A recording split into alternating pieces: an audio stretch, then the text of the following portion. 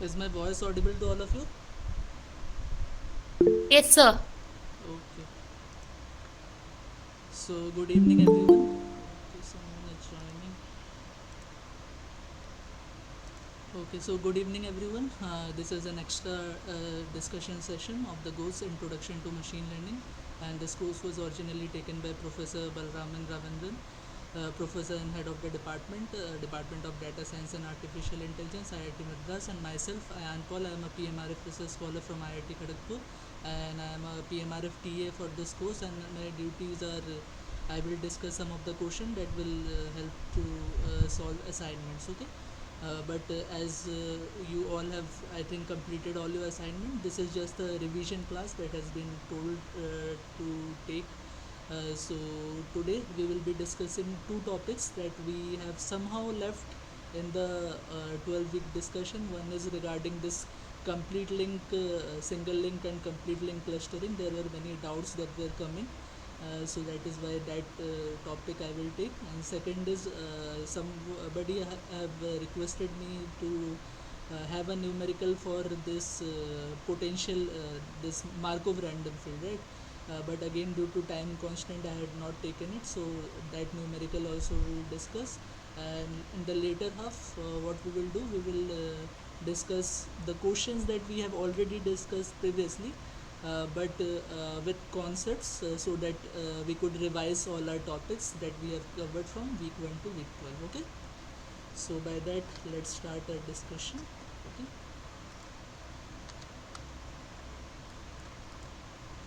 Yeah. So hierarchical clustering. In hierarchical clustering, each data point is initially taken into account as a separate cluster, which is subsequently combined with the cluster that are most similar to to form one large cluster that contains all of the data points. Okay.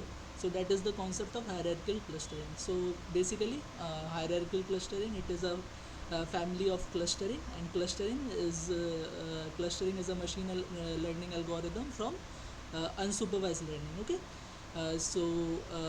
About this hierarchical clustering we know, according to the method of clustering, there are three types of clustering. One is this partitional clustering, in which this k means and k midoid all this come, and second is this hierarchical clustering, and third is our density based clustering. Okay, so in hierarchical clustering, what we are doing, each data point is initially taken as a separate cluster, and then it is subsequently combined with the other cluster to form one large cluster, so that each data point could be covered by it.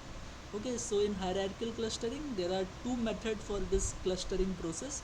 One is known as single link clustering method, and second method is known as complete link clustering method. Okay, so what is the single link clustering method? Single link clustering method is the most common. Again, I am mentioning single link clustering method is the most common method for clustering. So in single link clustering method, the distance between the two cluster is defined as the shortest distance between any single point in the first cluster and any single point in the second cluster. So whenever we are talking about the distance between the cluster, the distance between the cluster is nothing but distance between one point in one cluster and another point in another cluster. So the distance between these two is what we are talking about. So wherever you have been told what is the distance between the cluster, so actually this is the distance between one point of one cluster and another point of another cluster. Okay, but the thing is which points. Okay, so that which point means in the first cluster, like there could be many point in this cluster, like this, there could be many points. Similarly, there could be many point in this cluster also, this. Okay, so if I talk about single link cluster, so the distance that they take is the minimum distance between one data point, that is x data point of a cluster. Let's take this is a cluster and this is b cluster.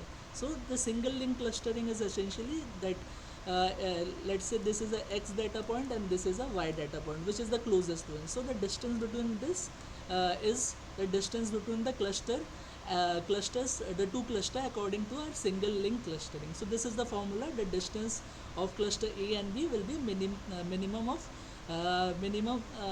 points that belong to x point that belong to A cluster and y point belonging to B cluster, and distance between x and y, that will be distance between cluster A and B according to our single link clustering. So here dxy represent the distance between point x and y. This Sir, is, we are yeah. not able to see the PPT. So can you please? Okay, so PPT is not. Hello. Only your face is. We are able to see only your face. We So are not able to see the can PPT. anyone confirm, is my PPT visible or not? Yeah, sir, it's visible, sir. Yeah, I think it is visible. It is showing me Okay. also visible. Okay. I'm Yeah, not so able to see. you might check your network or might rejoin again. So Okay. might help. Okay. I think you should check your network first, and then if that is not the problem, then rejoin again. I think that would be possible. Okay. Okay. Yeah. So I was talking about single link clustering. So single link clustering assumes that distance between the two cluster is the minimum distance between the points x and y. The x point belonging to A cluster, that is the first cluster, and y point belonging to B cluster, that is the second cluster. Okay, so x this distance, what type of distance? This distance is basically generally this Euclidean distance or any other distance matrix. It could be similarity also, because whenever we are doing this type of question, or similarity matrix might also be given to you. So that is why it can generally it is given Euclidean distance, but the similarity matrix could also be given to you. That is why typically it is a Euclidean distance. So this is about single link clustering. Now what about this complete link clustering? In complete link clustering, the distance between two clusters is defined as the maximum distance between any single point in the first cluster and any single point in the second cluster. So if this is the diagram, so now if this is the diagram, okay, this is like there are 4 points here, okay, 4 points here, and there are like 5 points here, 1 2 3 4 5, okay.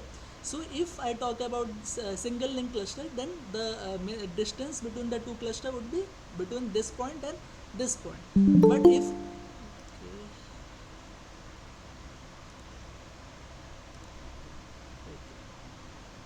okay. But if it is a complete link cluster, then distance between distance between the two cluster will be maximum distance between the points belonging, one point belonging to one cluster and another point belonging to another cluster. That means it will be maximum distance. So now x point will be this and y point will be this.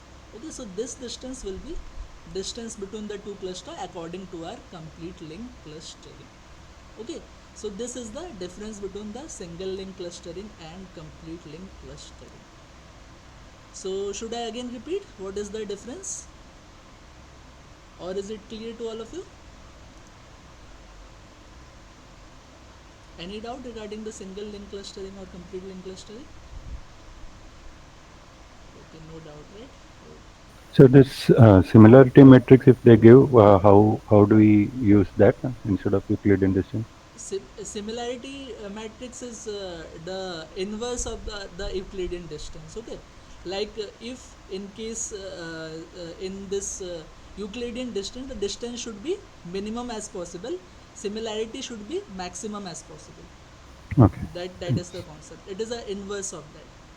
Okay. Okay. Okay. Now there was many Sir, but in the complete link, yeah, yeah, yeah, yeah, please. similarity, how we need to consider? Complete link means distance should be maximum, right? So similarity should be minimum. Okay. In okay. In single link, the similarity should be more, right? In single link, it should be more. Yeah, single link means distance should be minimum. That means similarity should be maximum. Okay. Okay. Okay. Okay. So that is the concept of single link and complete link clustering. But again, there were many doubts regarding the numerical. Okay, if same table is given to you, how will you approach the numerical? Okay, so this is the pairwise Euclidean distance that has been given to you. Initially all these are points, okay, p1 p2 p3 p4 and p5, and the distance between p1 p2 p3 p4 and p5 is given. Okay, this is basically an Euclidean matrix or distance matrix. Okay, so P1, distance between P1 and P1 is given 0. The distance between the point and the same point will be 0. That is why diagonal of the matrix is 0. Okay, P1 distance is 0, P2 distance is 0, P3 is distance is 0, and similarly P5 distance is 0. So that is why 0 is given at the diagonal. That is the you can say that is the feature of this distance matrix, that diagonal elements will be 0. And in case of if this is a similarity matrix, then the diagonal would be 1. Okay, so that is the feature of this distance matrix or similarity matrix. Okay, what are the other distance? The distance between P1 and P2 is given 1, P1 and P3 is given 4, P1 and P4 is given 7, and P1 and P5 is given 8. Okay, so similarly you can check all the distance between each point and the other point. Okay, now we have to form a dendrogram. Okay, what is a dendrogram? Dendrogram is a tree like structure that initially tells us how our cluster is formed. That means the cluster will be forming initially by taking the points as a cluster, and then it will cluster, it will try to connect all the points, and then it will form a complete cluster. Okay, that is our aim. So that is what we show with our dendrogram like structure, that all the points at the end of the process or at the end of our hierarchical clustering, all the points are joined together to form a one large cluster. Okay, so that is known as dendrogram. Okay, so how we will make the dendrogram? By this Euclidean matrix or distance matrix. So first step is, if we talk about single link clustering or complete link clustering, the first step is same in all the processes. Again I am repeating, the first step is same. Why the first step is same? The first step is same because initially all are just points. Okay, all does not form clustering. Okay, so all the points have not initially formed a cluster. Initially all are just points. So that is why first step to connect the pair of points to form a cluster would be similar. Why it is same for single link as well as complete link clustering? But you might say that according to the formula, the distance should be maximum in complete link clustering, and we should join the points that are far away. But that is not the case in our first step, because in first step all are just points, not cluster. Okay, so that is why clustering, what is the okay, someone is joining. What is the concept of clustering? The concept of clustering is we form a cluster so that the points are close to each other. That is the concept of clustering. So until clusters are formed, initially we have to connect the points that are closest to each other. So that is why first step is same in single link clustering as well as complete link clustering. So that you have to always keep it in mind, and then you have to change your approach in single link clustering and complete link clustering. So initially how you will form a dendrogram? So initially you will see the points and you will see the distance. Okay, so what is the shortest distance between the point? I am seeing 1 1, and 1 1 is between P2 and 1 1 is between P1 and P2. Okay, so P1 and P2 we will write, and as the distance is least, and distance is also least, 1 1 is also in P5 and P5 and P4. Okay, so P5 and P4 also we will write. Okay, and the distance is also same. So initially we will connect P1 and P2 and P5 and P4. Okay, and P3 we have still not connected, so P3 I am just writing. So again, what is the least distance after 1? After 1 I am seeing here, after 1 3 is the least distance that I can see. So what is the 3 is the distance between P2 and P3. Okay, P2 and P3, so that is 3, and 3 is also the distance between P4 and P3. Okay, this and this. Okay, so that is why 3 is the distance between 3 is the distance between P2 and P3, and also 3 is the distance between P4 and P3. Okay, so P4 and P3, this is initially, okay, let me write like this, it will be easy. P4 and P5. Okay, so the least distance after 1 is 3. and that is between P1 and P2 and P3, and P2 and P3, and P4 and P3 and P3 and P4. Okay, so we will then join P1 and P2 and P3 and P4, and this will be our whole dendrogram because all the points are joined. Okay, so this will be our whole dendrogram according to our single link clustering approach. So any doubt in this? After that we do not need to see anything because already all the points are joined together. Okay, so that is why. Second step, can you just say that again? That closest values we have to take, is it? Yeah, single link P1. clustering means closest. So always we have to see the closest. So initially we have formed the cluster. P3 we are not forming the cluster because P1 and P2 form the cluster, and P4 and P5 form the cluster, and then P3 is left. And then P3 point will merge with this cluster. How it will merge? It will merge with the nearest distance, and nearest distance or smallest distance. So after 1, what is the smallest distance? That is 3, and this 3 is the distance between P2 and P3. Okay, P2 and P3, and also this 3 is also the distance between P4 and P4 and P3. Yeah, P4 and P3 and P2 and P3. So we will join P2 and P3 as P1 and P2 already formed the cluster. So we will join this with P3, and as this already formed the cluster, then we will join P4 and P5. Means P3 with P4, P5. Okay, and this formed our complete single link cluster. So our So, single link clustering approach is over. All the points got connected. P1, P2 got connected. P3 got connected. P4, P5 got connected, and this completely formed the cluster. Is this so clear? P4, P4, P3 as well as P2, P3 is same value, right? So how do you decide which one to connect? So that is why we have connected both, right? These two we have connected. Okay. Okay. So there is no first we have to do, and then we No, can connect first three you together. need not to. You can do anything. You can join first, and then you can join next. Okay, Okay. because these are same level. Okay, this is same level. The distance between P2 and P3 is also 3. The distance between P4 and P3 is also 3. So it will be on the same level. So that is why you can join it simultaneously. Okay. In Okay. case if P3 and P4 is 4, then we need to P join first Yeah, P3 and P4. in case P3 and P4 is 4. Okay, so Yeah. what you will do, you will first join P2 with P3. Okay, and you will join like this. After this you have to join like this. So Okay. Okay. let me delete it and let me show you. After this Sir, you are here. telling Sir, P3 and P4 is 4, right? 4. So Yeah. then you Okay. will join like this. Okay. Okay. Okay.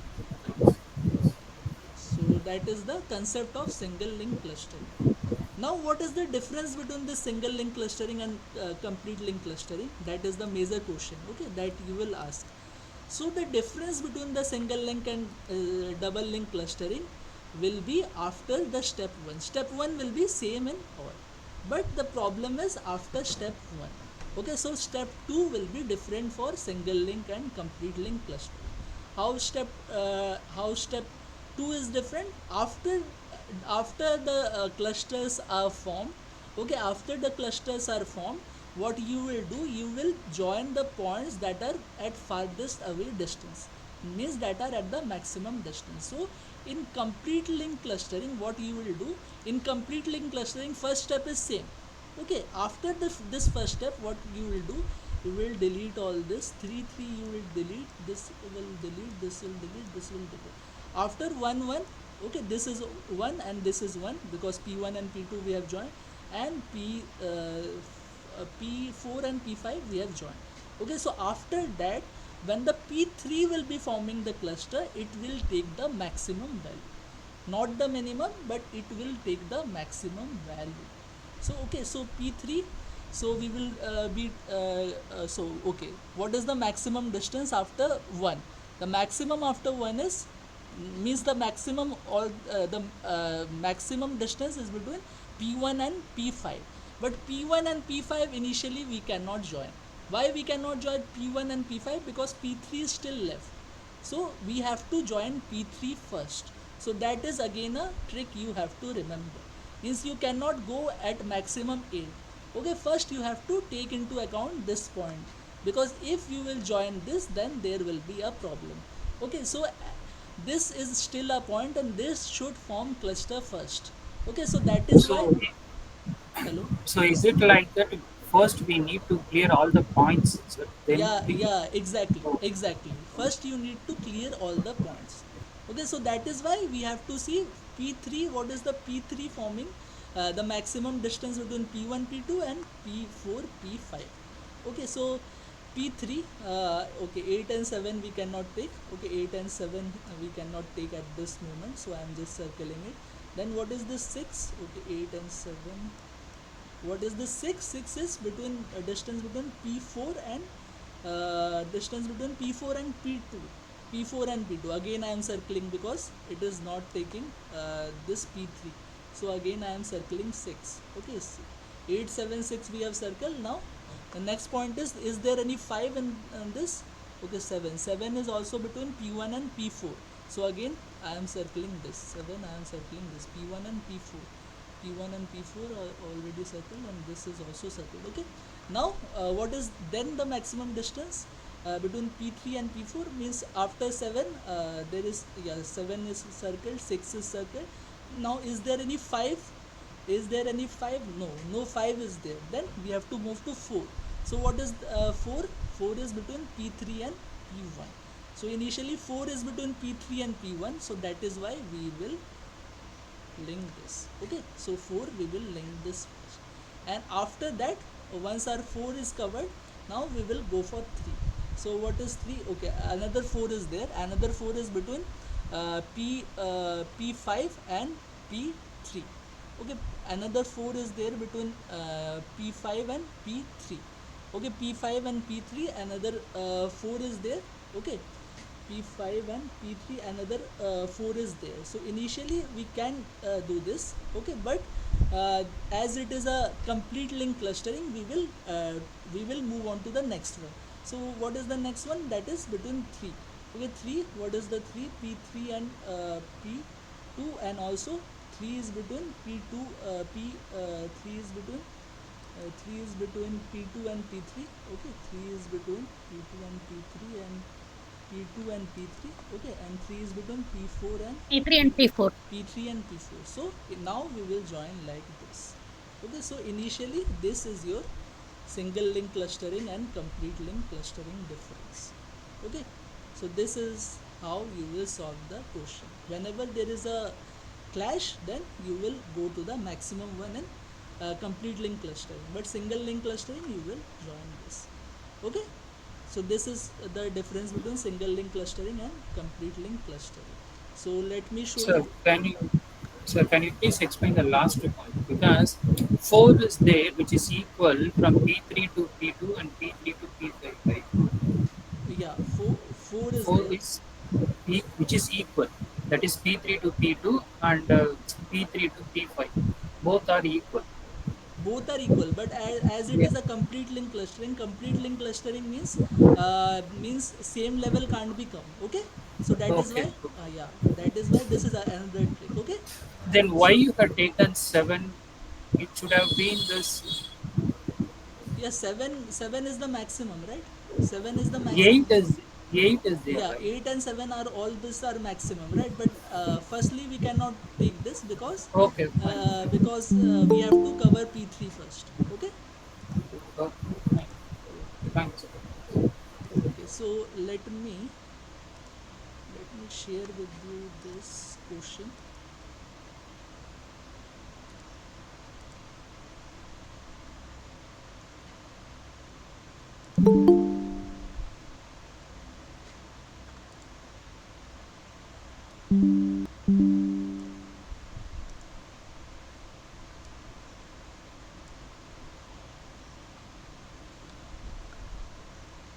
Is this question visible to all of you? No, sir. Not visible? I am able to see, sir. Yes, sir. Yes, sir. So again, this is a question of this single link and complete link clustering. So now we will do this. So first, single link clustering. So we will see what is the least distance. So what is the least distance? I am finding one. Okay. So one. Any other one is there? No other one is there. That is between P3 and P4. Okay. So P3 and P4. That is one. Okay. And then again P3 and P4 covered. Then after 1, what is the least distance after 1, which is the least distance? 1 after this 2. Okay, 2 is there. 2 is there. Any other distance we can find out? No, that is between P5. Okay, so yeah, P5 and P6. Okay, P5 and P6. Let me write this. P5 and P6. That is 2. Okay, 1 2. And then after 2, okay, yeah, after 2, what is the least distance? 3. Is there any 3 here? Yeah, 3. Yeah, 3 is there. P1 and P2. Okay, 3 is there between P1 and P2.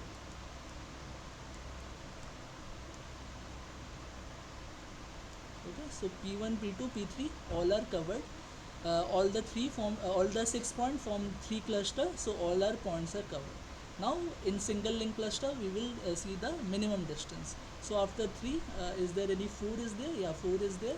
4 is between P1 and P6. So 4 is between P1 and P6. Okay, 4 is there between P1 and P6. Any other 3 is there? No, any other 3 is not there. Yeah, so P1 and P6. Okay, so better to write this like this.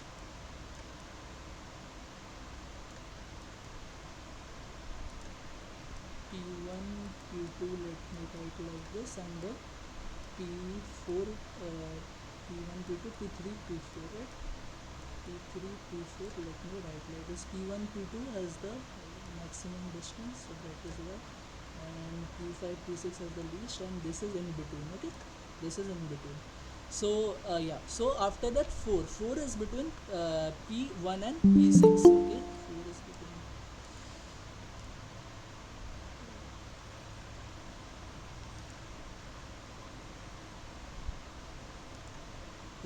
4 is between, yeah, 4 is between, yeah, 4 is between P1 and P6. Okay, so we will join P1 and P6.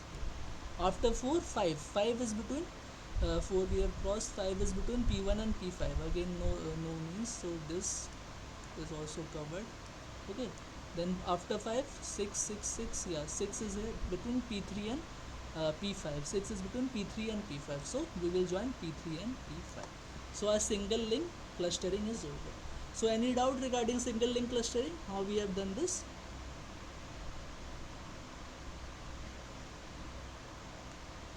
So correct answer will be B, I think, right? P3, P4, P5, P6, P5, P6, P1, P2, yeah, P1, P2, yeah. So B is the correct answer. Okay, so according to single link clustering. So any Sir, doubt? why we are not taking 6, 7, 8? Because it's a maximum. For that reason, we are not taking, sir, 6, in 7, 8 single link. we do not require in single link, right? After 5 only all our links are completed. All the Okay. points form one cluster, right? This is complete Once it cluster. forms the cluster, no need to take. Yeah, no need to see the points beyond all this. Okay, after 5 all the points are forming one last cluster, so no need to Oh, see beyond this distance 5. Okay, okay, sir. so this is according to our single link clustering. Now what will be according to our complete link clustering? According to our complete link clustering, okay, so according to our complete link clustering, first these points will form clusters. So first step will be same in complete link clustering also. But in second step, okay, let me remove this. In second step, what we will do? We will take the maximum distance. So what is the maximum distance? Maximum distance is 10, and that 10. is between P2 and P5. Okay, so again we will join P2 and P5, and then after 10, 9 is there. 10, 10, let me cross it. Then 9 is there, 9 9, yeah, 9 is there, 9, this is between P3 and P2, so 9 is between 9 is between P3 and P2, and 9 is also between P1 and P4. P1 and P4 is also 9. Okay, so P1 and P4 is also 9, so we will join this P1 and P4. So that is our complete link clustering. So so in this question, the answer of single link clustering and complete link clustering is same. Okay, but we have approached in a different way. Is this clear? You can see this, you can see this question. So that is why answer is same. Okay, answer is B only, answer here is also B only. Okay, but we have to check the maximum distance here. So that is why in step 1 is same as previous, but step 2 we need to check the maximum distance. Okay, so maximum distance when we have checked, first we will take 10, and after that 9 and 10 is same, because already 9 is the distance between P3 and P3 and 9 is the distance between P3 and P2. Okay, 9 is the distance between P3 and P2, also 9 is the distance between this P2 and P6, right? P2 and P6. So P2 and P6, that we first thing we need not to see, but whenever we are seeing 9 with this P3 and P2, then we are joining it. Okay, so answer is same in both the questions, that is option B, but our approach is different. Okay, so is a single link clustering and complete link clustering clear to all of you? Sir, Yes. both the clustering, the first point we have to take the least points. In the Yeah, next rest of we taken yeah, until the maximum point. clusters are formed, we have to take the concept of clustering, that is similarity. Okay, and after clusters are formed, means after the first step or first level cluster are formed, then you have to change your approach to either single link clustering or complete link clustering. Okay, Oh, Sir, this is with respect to the distance. In case of similarity, yeah, even there also in the first step, we need to follow yeah, as same similar to the link, same, single link. Is it? Okay. yeah, So same. from the second step only, it will be inverse of the distance. Is it? Similarity, Yeah, in first, case of similarity matrix. yeah, in case of similarity matrix, in step 1 you will check the least distance or maximum similarity. Okay, Ah, okay, sir. Okay, okay. and after that step, in single link, what you will do, you are taking least distance. So in similarity matrix you will take the maximum similarity. In case Okay. of complete link, you are taking, in the second step you are taking maximum distance, so you will taking the Oh, minimum similarity. Okay, okay. Only for the second step, the difference will be there for the only single the link and second the. link, the difference is between single link and complete link clustering. Okay.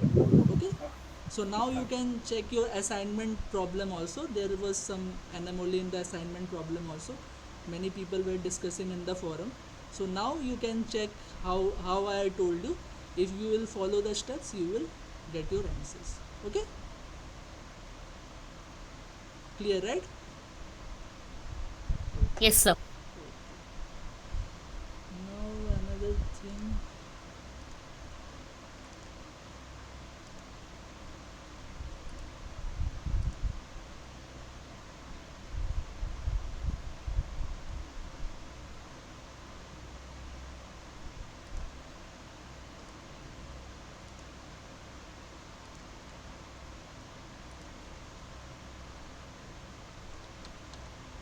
Yeah, so another thing that was left, someone have told me, someone had asked me in the class to have to show a numerical approach for this Markov random field. So because I do not have did not have time, or because of this time constant, I have left the numerical for this Markov random field. So today I will show you, if the numerical will come, how you can solve it. Okay, so what is a Markov random field? Markov random field is a type of uh, directed graph. Okay, it is not an undirected graph, not a directed graph. Directed graph means based on network, but Markov random field means it is undirected graph, means there are no arrows. Okay, directed graph means there will be arrow pointing to the children, from parent to the children, but in case of this Markov random field, there is no arrow pointing from pointing, there is no parent children concept here, but there is a neighbor concept here. So there will just be connection between the neighbors. Okay, so that is the difference between Bayesian network and the Markov random field. Okay, now this is a Markov random field given ABC. Now in case of this Bayesian network, what we do, how we factorize the probability. We factorize the probability if B is a parent, and the arrow will be pointing like A to B and B to C. Then B is a parent, so we will write probability of B into probability of A given B and probability of C given B. Okay, so probability of B will be the marginal probability, and then probability of A condition B and probability of C condition B. So that is how we write in Bayesian network. But in Markov random field, how we write this probability? We write this probability in terms of this potential function. So how we will write probability of A comma B comma C? That will be equal to 1 by Z, 1 by Z phi, or potential function of A comma B and potential function of B comma C.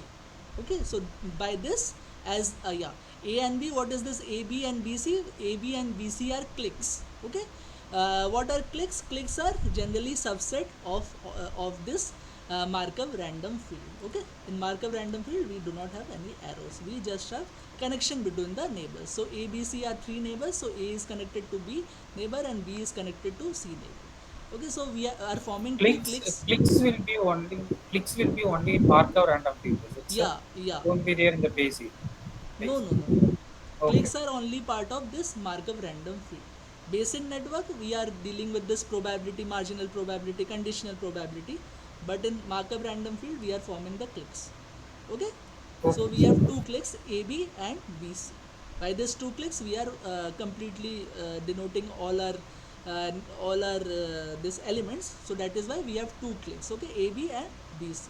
So how we will write our probability? Probability of A comma B comma C will be equal to 1 by Z phi of AB dot phi of BC. Phi means potential function of AB and potential function of BC. And what is this Z? Z is a normalization constant, because probability must be less than 1. Okay, probability can't be greater than 1. So to normalize it, we are dividing it by a factor called Z. Okay, Z is also known as normalization constant. So what is the formula of Z?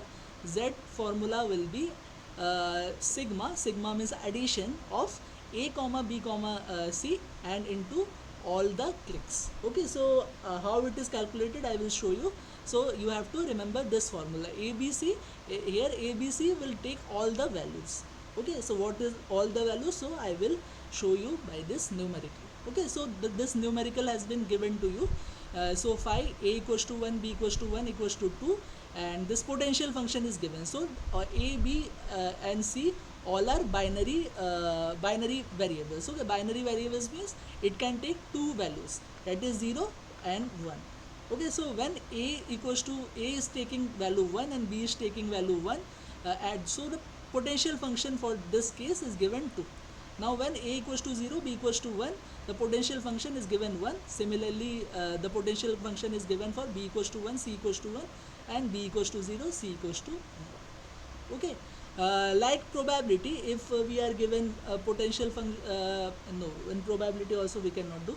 So here potential function is given for this terms. When A equals to 1, B equals to 1, potential function is given. A equals to 0, B equals to 1, potential function is given. Like that, we are given the 4 potential function. Okay, now how we will calculate P A comma B comma C? P A comma B comma C will be equal to 1 by Z when all will be taking one value. Why one value? Because 1 is when the probability is actually happening. Okay, so that is why we will go for 1 only and not any other value. So that is why we will be taking A equals to 1, B equals to 1, and B equals to 1, C equals to 1. So probability of A equals to B 1, B equals to 1, and C equals to 1 will be equal to 1 by Z. A equals to 1, B equals to 1, potential function is given, that is 2, into B equals to 1, C equals to 1, potential function is given, that is B equals to 1, C 1, that is 3. So our answer will be 6 by 7. Okay, now we have to calculate Z to know the final answer. So how we will be calculating z? Whenever we are calculating z, we have to add it. Okay, we have to not add it exactly, we have to yeah, we have to add it after finding the potential function, finding the product of potential function for each case. But each case we can only use those cases whose potential function is given. If all potential function are given, then we can use all the cases, that is a equals to 1, b equals to, means a, b and c. So potentially there should be 8 cases, but as the value of c equals to 0 is not given, so that is why we will be losing some of the cases. So that is why we cannot use all the cases. So how many cases we can use? We can use a equals to 1, b equals to 1, c equals to 1. That will be forming by a equals to 1, b equals to 1, and b equals to 1, c equals to 1, equals to 1, c equals to 1. So that we can form. So whenever we are taking this, the product will be coming 2 into 3, that is 6. Okay, now what about this case? A equals to 0, b equals to 1, c equals to 1. That can also be formed because a equals to 0 is given, and b equals to 1 is given, and c equals to 1 is given. So that case also you can find out by multiplying this 5. A equals to 0, b equals to 1, and b equals to 1 is common here, so b equals to 1 common, and c equals to 1. That means this 5, a equals to 0, b equals to 1 is 1, and 5, b equals to 1, c equals to 1 is 3. Okay, someone is joining. Okay, so whenever you will multiply it, 1 into 3 will be 3. Now a equals to 1, b equals to 0, c equals to 1, b equals to 0 is given, b equals to, yeah, b equals to 0 is given. So b equals to 0 is given. So how we will form the a equals to 1, b equals to 0, a equals to 1, b equals to 0, a equals to 1, b equals to 0 is given, a equals to 1, b equals to 0 is also not given. So according to me, this case also you cannot take, okay, because b should be common here. So this case also you cannot take. So you could correct it, or I will correct it after this class. This case also you cannot take. Okay, so this case is also you cannot take. So let me just delete it, and your z will be coming this plus this, that is 6 plus 3, that will be equal to 9. Okay, 6 plus 3, that will be equal to 9. So our answer will be 6 by 9. 6 by 9 will be equal to 6 by 9 will be equal to 2 by 3, that will be equal to 0.67. Okay, 0.67 will be answer. Okay, 6 by 9, that will not be 10 but 9. So 6 by 9 will be your answer. So that will be equal to 0.67. Is this clear how we have solved it? This is written, but this we cannot take because a equals to 1, b equals to 0 is not given according to me. Yeah, not given according to me. So this case also you cannot take. But if all our potential function is given to you, then you will form 8 different cases, and then you will the z will be equal to the summation of all these cases, and then you will be dividing the p a equals to 1, b equals to 1, c equals to 1 divided by z. Okay, so that how much answer you will be coming by adding it, that you will add, and you will find out the answer. Okay, so is this clear? Clear, right? Why I have cut this case? Because potential function is not given here, so we cannot compute it. Okay, so that is why I have cut this case. Okay, Yes. so this is regarding the numerical of Markov random field. Okay, so these two topics were left over, so I think I have solved it. Okay, now what we will do, as this is a revision class, so we will be taking all the important question that has been solved to you, and with that only we will revise our concept. So this is the first question. Consider the following data set with 3 classes. We have 3 classes, 0, 1 and 2. Okay, x1 and x2 are independent variables. That means these are the 2 inputs, and we have to use a KNN classifier. Okay, so this is a question of KNN, or K nearest neighbor, and the value of k given here is k equals to 3. So we have to predict the class of this unknown point x1 x2, that is 0.7 comma minus 0.8. So use the Euclidean distance to find the nearest neighbor. So either you can visualize it. K nearest neighbor means you have to k nearest neighbor means to find the output of the point that has been asked to you. What you have to do is you have to search for the neighboring point, and how much neighboring point, that is the value of k. So as the value of k is 3 over here, so we will search 3 most neighboring point to this point x1 comma x2. Okay, so 0.7 comma minus 0.8. So where is 0.7 comma minus 0.8 should lie here. So if you can visualize, then it's well and good. If you cannot visualize, then you have to find the Euclidean distance of this point with respect to all these points. Okay, 1 2 3 4 5 6, all these 6 points, and you have to find 3 nearest neighbor. So 0.7 comma minus 0.8, 0.7 is somewhere like this, and minus 0.8 is somewhere like this. Okay, here, so your point would be here.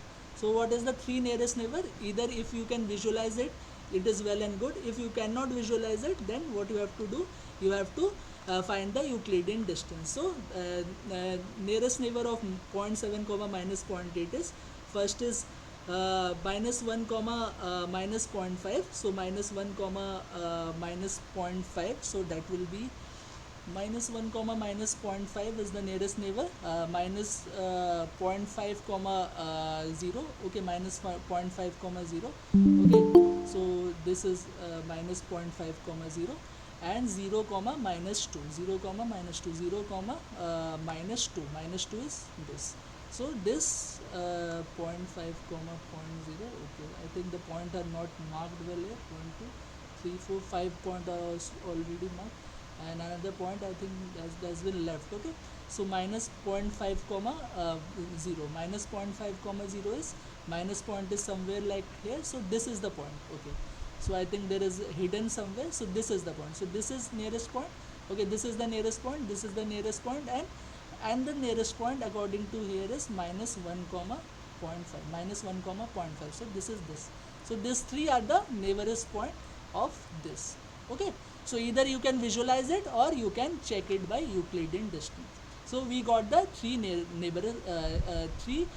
neighboring point of this point that has been asked in the question. Now what we will do, if this is a classification problem, as this is a classification problem, right, because 3 classes are given, 0 1 and 0 1 and 2. Okay, so what you will do, okay, someone is joining.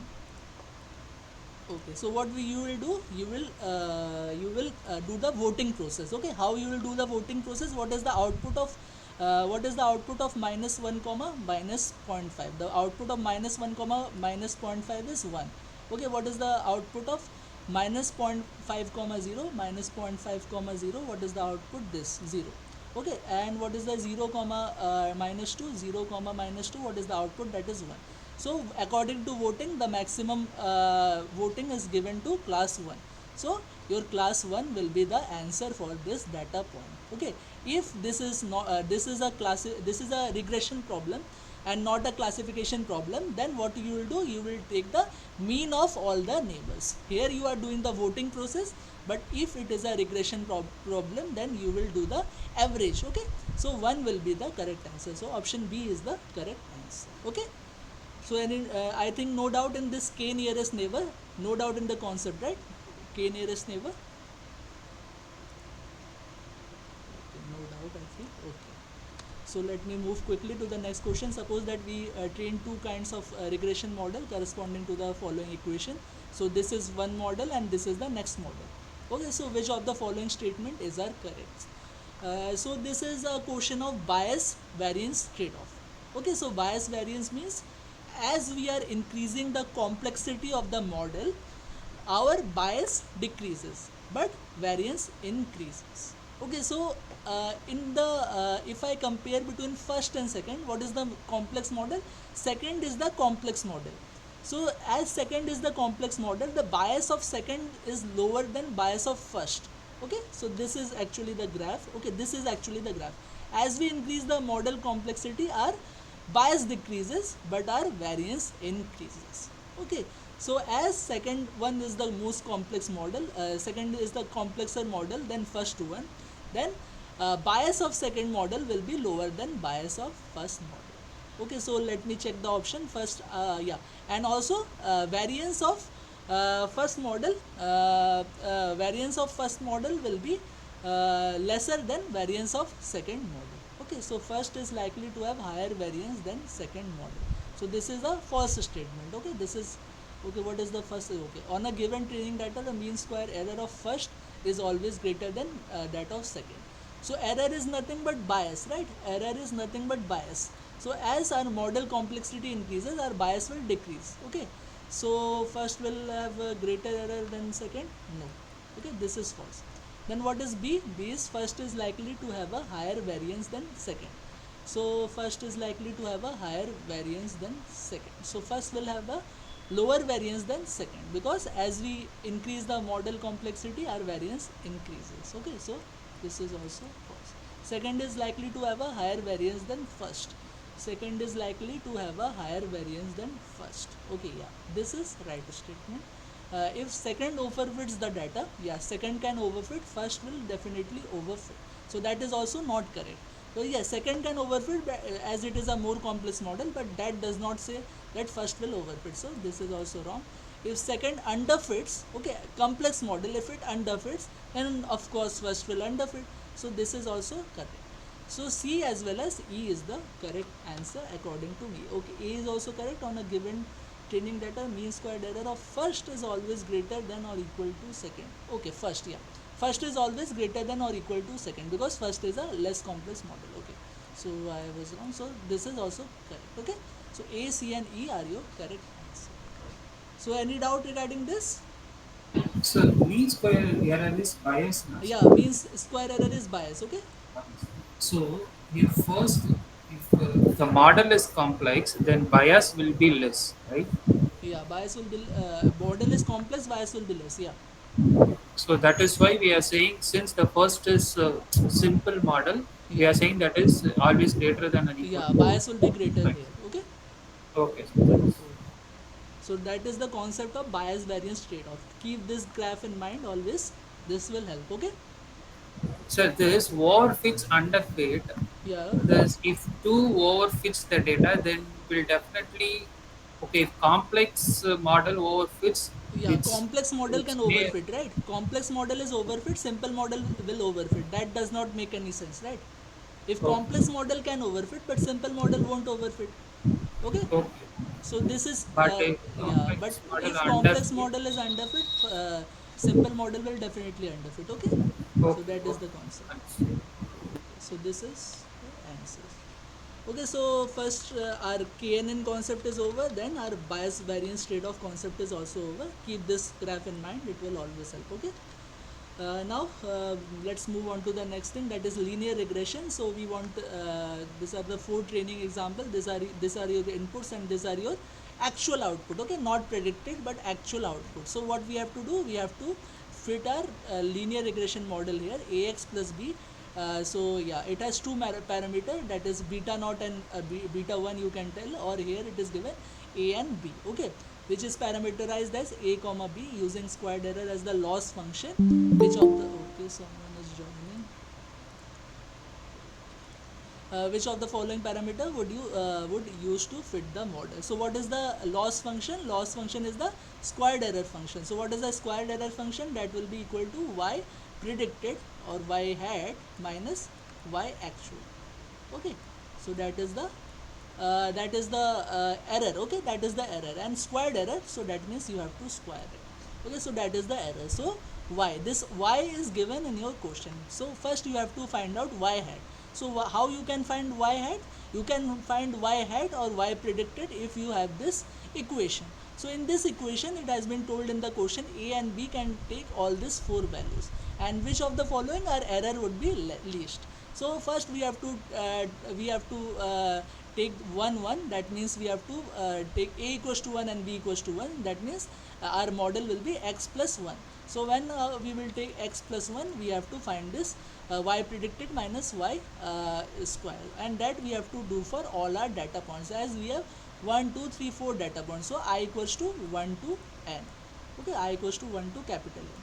That means first whatever the answer y predicted for minus 1 will come, we have to do the calculation first, then we have to go to 0 and then 1 then 2. Okay, and we have to check what is the loss coming. Similarly, we have to find the loss for 1 2, that means a equals to 1 b equals to 2, then a equals to 2 b equals to 1, and then A equals to 2, B equals to 2, and whenever the loss is So, coming least for anything, then that will be the answer as has so, been asked in the question. Okay, yeah, please. so this 1 comma 1 is the parameterizer, that is a Yeah, comma b, yeah, right? yeah. 1 comma 1 is the And parameter, that is beta naught and a, beta. Beta naught yeah, and beta in 1. Okay, here in this question it is a comma b, right? yeah, A comma In B. this, Okay, but what is this y is actual, that is 0 comma 0319, right? which y? This This y? y hat Yeah, yeah, y minus is y. actual. No, no, This no. is In actual. the formula, yeah. So And in this is our formula, predicted. y, yeah. So y we will take 0.319. What y hat will Yeah, be? yeah, see, fx, if I take this parameter, right, if I take this parameter x, a equals to 1 and b equals to 1, then this is my equation. Okay, x plus 1. Okay, Okay, now if I take this point minus 1, so my answer okay, will come minus 1 plus 1, that is 0. 0. Okay, so Okay. 0 is my predicted and this is my So actual. So you have to okay, square it. Similarly, you have to do for all the 4 point and you have to add it. Okay. okay, okay, Okay. okay. So by this you will solve the question. But sometime what has been what you will be told is to find the parameter beta naught and beta 1 that will give you least error. So how you will solve this? You will solve this by this equation. Okay, this equation. That means, yeah, this equation. Okay, this equation. So by this you will find the optimum beta cap. Okay, so optimum beta cap, how this, what is this x matrix? X matrix is this whole matrix. Okay, this whole matrix is known as the x matrix, that is a matrix of 4 comma, because you have 1 2 3 4 rows, so that is why 4 comma 2 matrix. So this whole matrix is your x matrix, and what will be x transpose? That is 2 comma 4, 2 cross 4 matrix. So 2 cross 4 matrix into this 4 cross 2 matrix, so this will be 2 cross 2 matrix into x transpose, that is x transpose will be 2 cross 4 matrix, right? 2 cross 4 matrix, so that will be 2 cross 4 matrix and into 4 cross 1 matrix. So because y, this is your y matrix. Okay, this is your y matrix, that is 4 comma 1 matrix. So your answer will come 2 comma 1 matrix, and this 2 comma 1 matrix will be one element will be beta naught and one another element will be beta 1.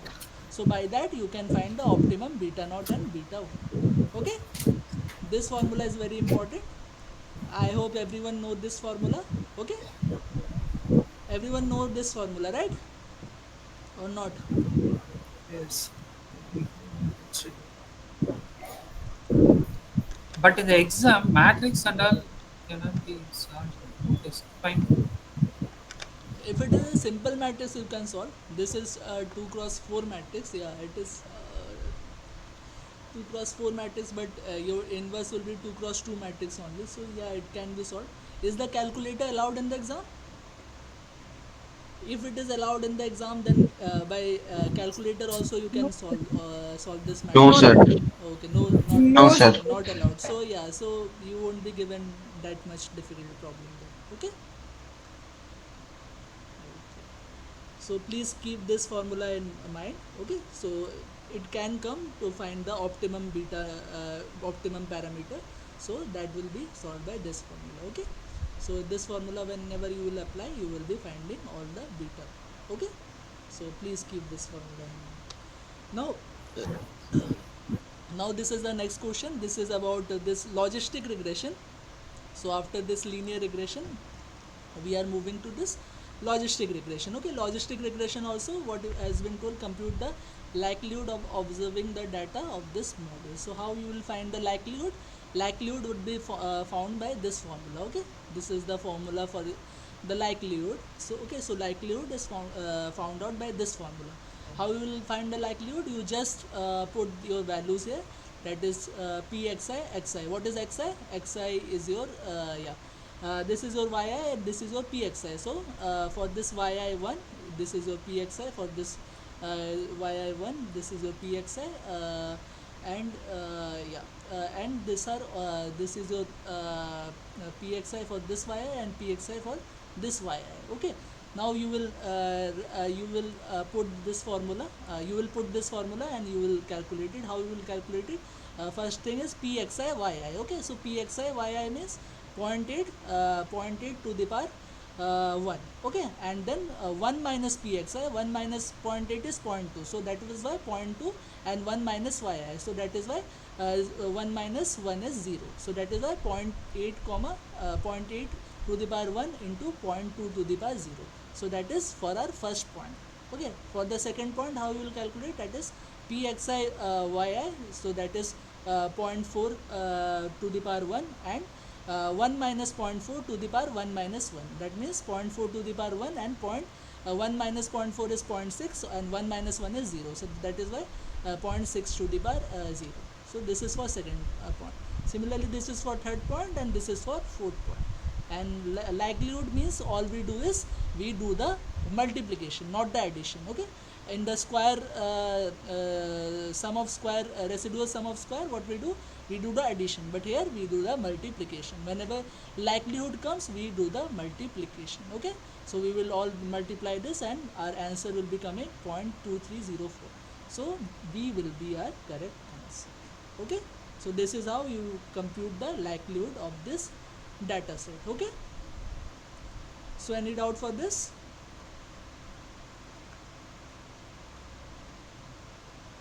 Hello, am I audible? Yes, sir, it's good. Yeah, it's good, right? So again, keep this formula in mind, this is very important. Okay, this formula, please keep it in mind, question might come. Okay, now again, this is to find the parameters of this log likelihood function. Okay, so log likelihood, now what we will do, you can now what we will do, you will yeah what you will do, you will find the parameters. How you will find the parameters? You will find the parameter by this formula. Okay, log likelihood. Okay, so pxi how you will calculate? Pxi you can calculate, in the previous question our pxi is given. Okay, but in this question pxi is not given. How you will find pxi would be found by this formula. Okay, this formula, how you can find this pxi? Pxi can be found by this 1 plus e to the power minus beta naught, beta 1 and beta 2. So you should have the parameters. So in this question, to increase the maximum log likelihood, so in linear regression what we do, we tend to have the RSS, or residual sum of square error, to be minimum. But in logistic regression, what we aim to do, we aim to have the highest log likelihood function. Okay, so what we have to do, we have to choose our parameter. Okay, we have to choose our parameter such that our log likelihood would be maximum. Okay, so same thing, just here we are using log likelihood. Previously we are not using log likelihood. Here also you can you use also normal formula also. See, if you use normal formula, then everything will be multiplied, but if you use this log likelihood, what will happen, you will the multiply will be converted into addition. Okay, so same thing, whatever you do, you have to tend to have the maximum log likelihood. That will be your aim. So first you will test by beta naught equals to 0.5, beta 1 equals to 1, and beta 2 equals to 2. You have to put here, and x1 will be, this is x1 and this is x2. Okay, x1 is given in here, and x2 is given here. So you have to find the pxi for this, pxi for this, pxi for this, pxi for this, and pxi for this. Now you have to find out this log likelihood. Okay, now again you have to take this, you have to find the pxi for this, and you have to find the log likelihood. You have to check for which parameter the log likelihood will be maximum. So wherever it will be maximum, you will take your answer. Okay, so this is about log Sir, yeah, sir, yeah, sir, please. in P of xi function, in 1 by 1 plus E of beta naught beta 1 x beta 2x. Here this beta 1 is x1 and beta 2 is x2, is it? Yeah, this is x1 and this is x2. Okay, so Oh, that is okay. how we So write beta, it, beta naught okay, plus fine. beta 1 x1, okay, plus beta 2 x2. Okay, so here instead of x, it will be x1 and x2. So Yeah, that yeah, that values yeah, needs to be yeah. substituted from here. Yeah, plus dot Okay, dot fine. dot beta and xn. Okay, that is for any linear regression or logistic regression. Okay, that is how we write. Okay, So clear, This right? logistics regression function is always 1 by 1 plus exponential power of this beta naught, beta 1, beta 2 into x, is it? Or Largest. no, the standard logistic regression Yeah, yeah, is standard. Yeah, this yeah. only. This Okay, takes this formula. Yeah. The okay, probability nice. density function for a logistic regression takes this form. Okay, 1 by Oh. 1 plus e to the power So that is a standard one. minus. Is Yeah, not yeah, only in this problem, standard one is p of x is equal to for logistics. Okay. yeah, yeah, yeah. Okay. So that we have completed a logistic regression. Important question of logistic regression. Now let's move on to the next thing called perceptron. Okay. So which of the following is true about the perceptron classifier? It can learn a or function. It can learn and function. It can learn XOR function. For a linearly separable problem, there exists some initialization of weight which might lead to non-convergent cases. Okay. So, what is the property of perceptron? A perceptron can only classify those points that are linearly separable. So, in these three gates, we have to check which gate is linearly separable and which gate is not linearly separable. So, for that, we have to first make a truth table of it, and this is the truth table of AND gate. Okay, so truth table, you all know what is the truth table. XY means 0 means 0, XY. Okay, XY means board should be means maximum, or both switches should be on to get a on result, otherwise all the result will be off. Okay, so that is xy. So 0 means both the switches are off, so 0 means one switch is off, so still 0 means both switches are one switch is off, so again 0. If both the switches is on, then only we get a 1 output. Okay, or means x plus y. In this, even if one gate is one switch is on, then you will get the 1 output. So here one switch is on, then also you will getting 1 output. Here one switch is on, 1 output. Both the switches is on, then 1 output. What is a NOT gate? NOT gate is the NOT gate is if you are giving a positive input, or if you are opening your switch, the bulb will not bulb will glow. If you are closing your switch, the bulb will glow. If you are opening your switch, the bulb will not glow. Something like that, means opposite of it. And then you have a XOR gate. The XOR gate have this formula: a dash b, a b dash. A dash means the output is not there, so it means reverse of that output, or reciprocal of this output. So if x is 0, x dash is 1. Okay, so similarly, if b dash means if b dash means if y is 0, y dash is 1. Okay, so you can find this output here. So perceptron means it should be, point should be Sir, linearly. Yeah, sir, yeah, please. Yeah, sir, the x and y, yeah. the output will be 0. If in XR, the output will be reverse of the final output, right? So it should be 1, right? You are telling me XR, sir. XR. XOR is this formula. Okay, Yeah. this will be this formula. Okay, XOR is not or slash. Okay, XOR is not or slash. Okay, Okay. XOR, Fine, sir. yeah, that you have to keep in mind. Okay, now you have to check if your data is linearly separable or not. So I am marking 2.0 and 1. Okay, 0 and 1. Okay, so 0 means 0 means at this point your output is 0. If 0 is there, I am circling. If 1 is there, then I am cross. Okay, I am putting a cross. 0 1 0 1 0 1. Okay, 0 1 again, 0 1 again 0. Okay, then 1 0 again 0, and then cross. Okay, so yeah, we can easily separate this 0 0 0 and this yeah. Okay, by any line you can draw here, we can separate this. Okay, so our OR function can be linearly separable. And what about our what about, sorry, AND function is linearly separable. What about OR function? Our OR function is 0 1 1 1. That means Sir, you uh, had plotted 0 0 0 1 1 0 1 1, is it? That's what you had plotted here. can you please repeat?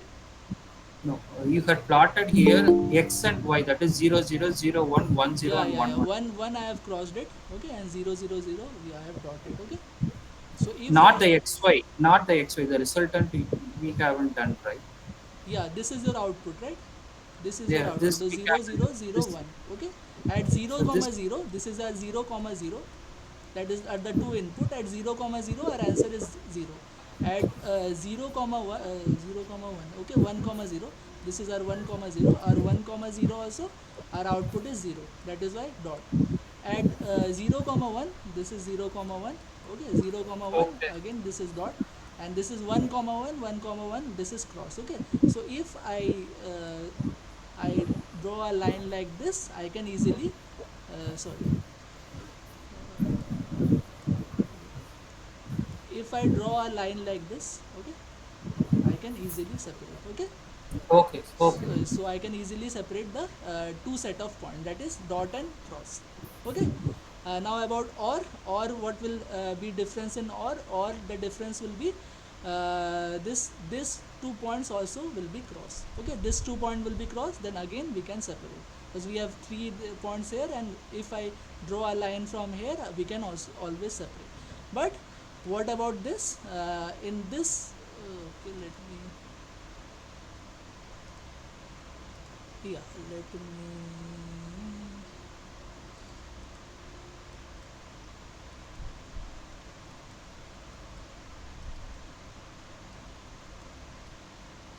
in XOR, what will happen is, XOR is 0 comma 0, that means 0. Okay, 0 comma 1 is 1, 0 comma 1 is 1. Okay, so 0 comma 1, 0 comma 1 is 1, and 1 comma 0 is also 1, that is this, and this is 1 comma 1 is 0, 1 comma 1 is 0. So this you cannot separate. Okay, you can try, this you cannot separate. Okay, you cannot separate this. Okay, any line you will draw, you cannot separate this set of points, means you have to separate this class, dot class with cross class. So you cannot separate. So perceptron cannot learn this XOR function. It can learn OR function, it can learn AND function, but it cannot learn the XOR function. Now what is the last one? For a linearly separable problem, there exists some initialization of weight which might lead to non-conversion. So initialization of weight does not have any effect on the this perceptron algorithm. Okay, anything you can first initialize, and if there exists a hyperplane, or there exists a linear classifier, the linear line, or line that separate the two class, it will eventually separate. So initialization of weights does not have any effect on this perceptron algorithm. So D is also a negative statement or false statement. Okay, so this is about perceptron algorithm. So the most important thing is to focus is perceptron algorithm. You have to check if your data points can be linearly separable or not. Okay, so gate would be given to you, and you have to check if your data points are linearly separable or not by that gate. Okay, if it is linearly separable, then it can be solved by perceptron. If it is not linearly separable, it cannot be solved by this perceptron. Okay, so this is the concept. I hope it is clear to all of you. Let me move on to the next question. So this is about support vector. Any doubt in this? I hope no doubt. Good, sir. No, sir. Okay, so let me move on to this support vector machine question. So this is the equation. Okay, yi dot, yeah, this is the equation yi beta naught plus this xi beta 1, and this is greater than 1. So this is the diagram of a support vector machine. So support vector, there are two set of points. One is this green, this blue square points, and this is this green circle points. Okay, so we have to separate this two things by this support vector machine. Okay, so support vector machine, what it do, it first determine a support vector out of this two classes. It determine a support vector. It according to it, it predicts the boundary according to this support vector, and then the optimal hyperplane will be exactly in between the support vectors. Okay, support vectors of the two different classes. Theory you can check in the lecture that the professor has taken, or even I have also told the concept that will be week 4 or week 5. You can check it. What is the support vector machine? So in this question, what has been told, if let xi be an input stress, will label yi. So we have to check what is this xi. Okay, xi is not a support vector. Xi is a support vector. Xi is either outlier or support vector, or xi may be support vector or not, whatever is given. So you have to check. So xi lie on this line. So what does this line means?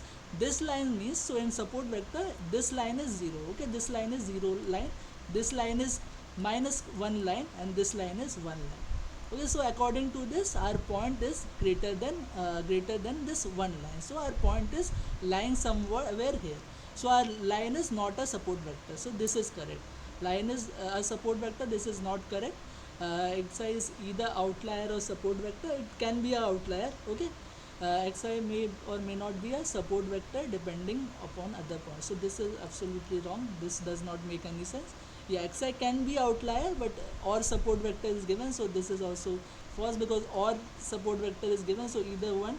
So we know that xi should be outlier. It is not a support vector. Okay, so option A is the correct answer. Okay, so this is the concept of this question. So any doubt in this?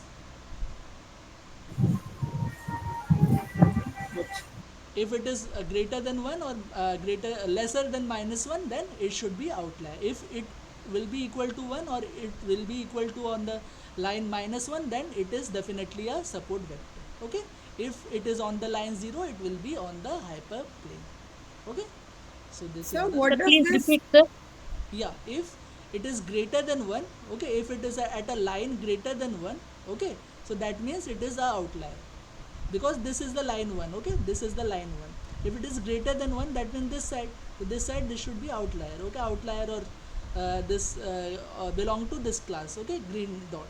Okay, if it is lesser than minus 1, that means it will be in this region. That means it will be belonging to this data point. Okay, this data point or blue dot. Okay, if it is at 0, then it is the point will be at the optimum hyperplane. Okay, So what does this term means? Yi dot b naught cap plus xi transpose. How, this what information do we get from this term? this is nothing but this is an equation of a line. Okay, the line that is forming, there are Okay. infinite line that are forming, right? This. Okay, so Okay. if the equation is 1, okay, so that means it is telling about this line.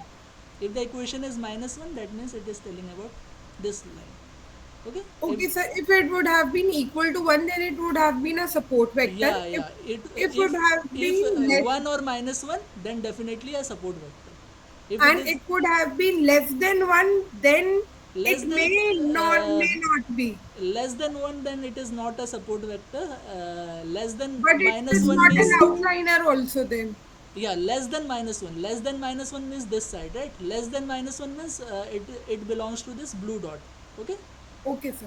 and between minus 1 and 1, we cannot tell. Okay, it might fall on this hyperplane. Okay, Okay, sir. Thank you. so Sir, this is when we say it falls outlier, sir, in outlier. which equation? Yeah, outlier we cannot tell. Okay, I may have been excited and told outlier, but outlier we cannot tell it is outlier or not. Outlier means it does not belong to both these classes. Okay, so if it is less than minus 1 means it belongs to this blue class, that we can assume. If it is greater than 1 means it belongs to this green class, we will assume. Okay, outlier means it is a it does not belong to both these classes, so that So is the outlier data. according So to this equation, greater than 1 means it's not a support vector. yeah, it is not a support vector, that is Uh, for sure. Okay, yes, if it is less than 1, less than 1 we cannot say how much less than 1. Less than 1 can be up to 0, up to minus 1, and lesser than minus 1 also, right? So less than 0 we cannot say anything, right? mm, You got it? Or less than minus 1, if I had been told, then it is a belongs to this blue class. Okay, mm, okay, sir. But greater than 1 will also belong to the green class, no? Yeah, greater than 1 belong to the green class. That is why I have told this. Greater than this question is for greater than 1, right? So Okay, it will then it be. is not a support vector. Okay, Yeah, okay. yeah, yeah. Option A is the correct option, right? Yes, sir, yes, sir. Okay. So let me move on to the next question. Consider a feed-forward neural network that performs regression on a p-dimensional input to produce a scalar output. Okay, it has m hidden layers. Each layer has k hidden unit. Okay, what is the total number of trainable parameter in the network that we have to find out? Ignore the bias terms. Okay, so bias terms we are ignoring. So we have to find out what is the total number of trainable parameters in this neural network. So how we solve this question? First we check what are the number of inputs here. So we have a p-dimensional input. So in the input layer, in the neural network we have three kind of layer. One is input layer, okay, IL I am writing. Second is hidden layer, HL I am writing, okay, someone is joining. And last is input layer, hidden layer, and output layer, that is OI. Okay, so input layer, the number of neurons in the input layer is equal to number of dimension. Okay, so p dimensional data means there are p number of neurons. Okay, the number of neurons in the input layer are nothing but p, because this is a p dimensional input data. Okay, now hidden layer, it has been told that m hidden layers are there. So hidden layer can be more than one. Actually hidden layers are more than one. It can be more than one, but it is usually it is more than one. So that is why there are m hidden layer. Okay, so let's say there are m hidden layer. Okay, this one hidden layer, this one hidden layer, dot dot dot m hidden layers. Okay, we have m hidden layers. And at last we have in the output layer we have k hidden unit. Okay, output layer, what is the total? It has m hidden, sorry, it has m hidden layers, and each layer has k hidden unit. Okay, each layer has k hidden unit. In each hidden layer we have k different neurons. So number of neurons here is k. Okay, and output we are getting here, I think only a single output. Nothing has been given in the question, so we are assuming that output we will get a single output. So we have one output on the one neuron, or one neuron on the output layer. So is it clear, the structure? No, So so it has given a scalar output. So it produces yeah, scalar output. yeah, it has been given as produce a scalar output. So already given, right? A scalar output given. So one output in the output layer. So that is why one neuron. So is the layers clear? So we have three kind of layer: input layer, hidden layer, and output layer. Input layer has been given that we should take p dimensional input. So that is why we will take p different neurons. Okay, so that is why p neurons. Hidden layer, we have k hidden layers. We have hidden layers. We have m hidden layers, and each hidden layer has k units. That means k neuron. And output layer, we will produce a single scalar output. So that is a one neuron in the output layer. So I hope the structure is clear to all of you. Now we have to find out what is the total number of trainable parameter. So trainable parameter, how we will find? Trainable parameters are nothing but the number of connection that the neurons are that is taking place in between the neurons. Okay, so between the input layer and the first hidden layer HL1, the number of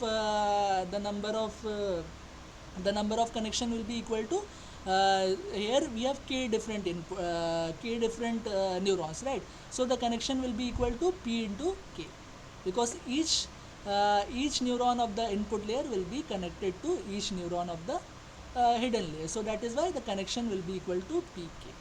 Okay, now in hidden layer, what we will say, this is the first hidden layer and this is the second hidden layer. So this is also have k unit, this also have k unit. So number of connection will be equal to k square, k into k, that is k square. Now what about at the hidden layer and the output layer? We have k neurons in the hidden layer of the last hidden layer, and we have one neuron in the output layer. So our total connection will be k. But this k square, we have, as we have m hidden layer, the number of connection will be equal to m minus 1. Okay, you can also check it by drawing this, like we have 3 hidden layer. This is 3 3, we have 3 hidden layer. Okay, 3 hidden layer. how it will have connection? We will have connection here also k square and here also k square. So in 3 layers, how many connection we are? Okay, k. This is k. Okay. Here also we have connection k square. Here also we have connection k square. So how many connection we have? We have 2k square. That means we have 3 layer, and how many connection we have? Is 3 minus 1 k square. That means if we have m layer, so our connection will be equal to m minus 1 k square. So our total parameter will be equal to pk plus m minus 1 k square plus k. So that means pk plus m minus 1 k square plus k. So option C is the correct answer. Okay. So any doubt in this? Any doubt in this? Can you please ask? So this k square, we are having hidden units, right? Suppose Hidden unit means hidden layer. In hidden layer we have k neurons. In each layer we have k neurons. Okay. So connection between one layer and another layer will be k cross k, right? So k into k means k square. Okay. okay, sir. Okay, sir. Okay. Thanks. So no doubt in this, right? It is clear to all of you? Okay. So let me move on to, yeah. Any doubt? Okay. So consider a two-layer neural network. So let's say this is a neural network. Y equals to sigma wb. Wb is the weight. Yeah, there are two kind of weights. Okay, first weight is between input to the hidden layer. This is the first weight, that is wa, and second weight between the hidden layer to the output. So that is wb. Okay, we have two different weights. One is the weights connecting from input layer to the hidden layer, that is wa, and second is weight connected from the hidden layer to the output layer, that is wb. Okay, and this is the final equation of the output, that is y equals to sigma all this. Okay, you can check. And this is the equation of the hidden layer, the h equals to sigma wa. Sigma is nothing but function. This is some kind of function, as we write f of something, right? So here it has been written sigma of something. Okay, sigma or function of weight a, or this weight into this first set of weight into the input. Okay, so that is the equation of the hidden layer, neurons of the hidden layer. Now what has been told to us? We have been told that what are the correct out of this. So which of the following statement are true? Okay, so delta gf, that denotes gradient of f with respect to g. So first question has been first set has been asked, delta y with respect to delta h depends on w. So delta y with respect to delta h, right? So delta y with respect to delta h. So y, where is y and where is h? Okay, so delta y by delta h will be dependent to this weight wb. Okay, because this is in between y and h. So whenever we'll be transition going feed forward, as this is a feed forward neural network, so whenever you will be computing error and will be going from delta this output to the hidden layer, the weight in between will be beta weight or b weight. Okay, so that will be wb and not wa. So option a is false. Now second question that has been asked, the del y by del wa. Okay, del y by del wa depends on wb. So where is del y? Del y is here, and where is wa is here. So that depends on wb. So definitely that will be depending on wb, because you will be going from here to here and here to here and then here to here. Okay, so that will be depending on wb. So according to me, this is correct. Now del h by del wa, del h by del wa depends on wb. So del h by del wb, del h by del wa, del h by del wa depends on wb. No, because if I remove this, if I just remove this, so del h by del wa. So del h by del wa is from this to this. So no necessity to include this wb weight here. So again, this is false. Now del y by del wb, del y by del wb, del y by del wb, del y by del wb depends on wa. Del y by del wb will be dependent on h. Okay, and h will be dependent on WA. So that is why this is also correct. I know this can be a little confusing because when you will be going to del y to del WB, so you can directly jump. But whenever you will be jumping from y to WB, it will be depending on h, because actually this h into WB, there will be some function in between, that is sigma. Okay, so that is equal to y. Okay, so that is why whenever you will be taking del y by del WB, h, some function of h will be answer, and this h depends on WA. So that is why B as well as D is the correct answer. Okay, so is this clear to all of you? Is this clear? Yeah. The last point is bit confusion, but still. Yeah, last part is confusing. Yeah, I also know last part is confusing, so that is what I was telling you. Said, see, del y by del WB depends on WA. How it depends on WA? Whenever you will be doing del y by del WB, the answer will be something sigma of h, right? Because sigma of h into WB will be equal to y.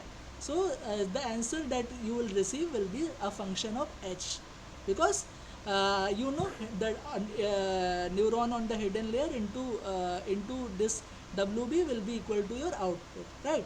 So whenever you are differentiating this output with respect to this weight WB, it will be equal to some function of h. Okay, so that some function of h will be that some function of h is dependent on this WA. So that is why last option is also correct. Okay. Sure, sure. Thanks. Yeah. So let me move on to the next thing. That is a question of this. I think this is a question of yeah. This is a question of this decision tree. Decision tree. So decision tree, or if decision tree, you can explain that eventually forms the random forest. Considering the profit table as the binary values, so you have yeah. This is your output, or this is your output, and you have 4 input: price, maintenance, capacity, and airbag. Okay, and this is your one kind of classification problem only. Okay, so which of the attribute you select as the root in decision tree? So the root in decision tree is selected by two things. One is Gini impurity, second one is information gain. So how we divide our this input attribute? We divide our input attributes. We select our input attribute as a root node which has the minimum Gini impurity or maximum information gain. Okay, now is this cross entropy come? Information gain is nothing but entropy minus cross entropy. So cross entropy, information gain we have to maximize. That means cross entropy we have to minimize. So let me show you this formula. Yeah, so this is the formula of the information gain. So for this splitting the node, what we will do, we select that input which has maximum information gain. So eventually what we want to do, we want to increase the information gain. So how this information gain can be increased? If we decrease the cross entropy. This is entropy, and this term is known as cross entropy. So if we will be minimizing our cross entropy, that will give the maximum information gain, and we can split our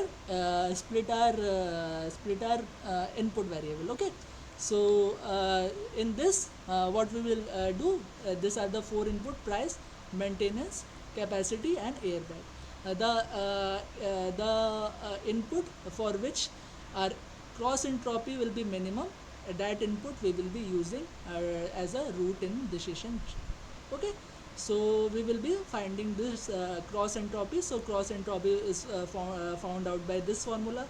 I have fully explained how decision tree is made, and I think 5th or 6th week you can check the slides, and you can also check the lecture. Okay, this is a big thing, I cannot explain it fully, but this is the concept. Okay, entropy should be minimum as possible.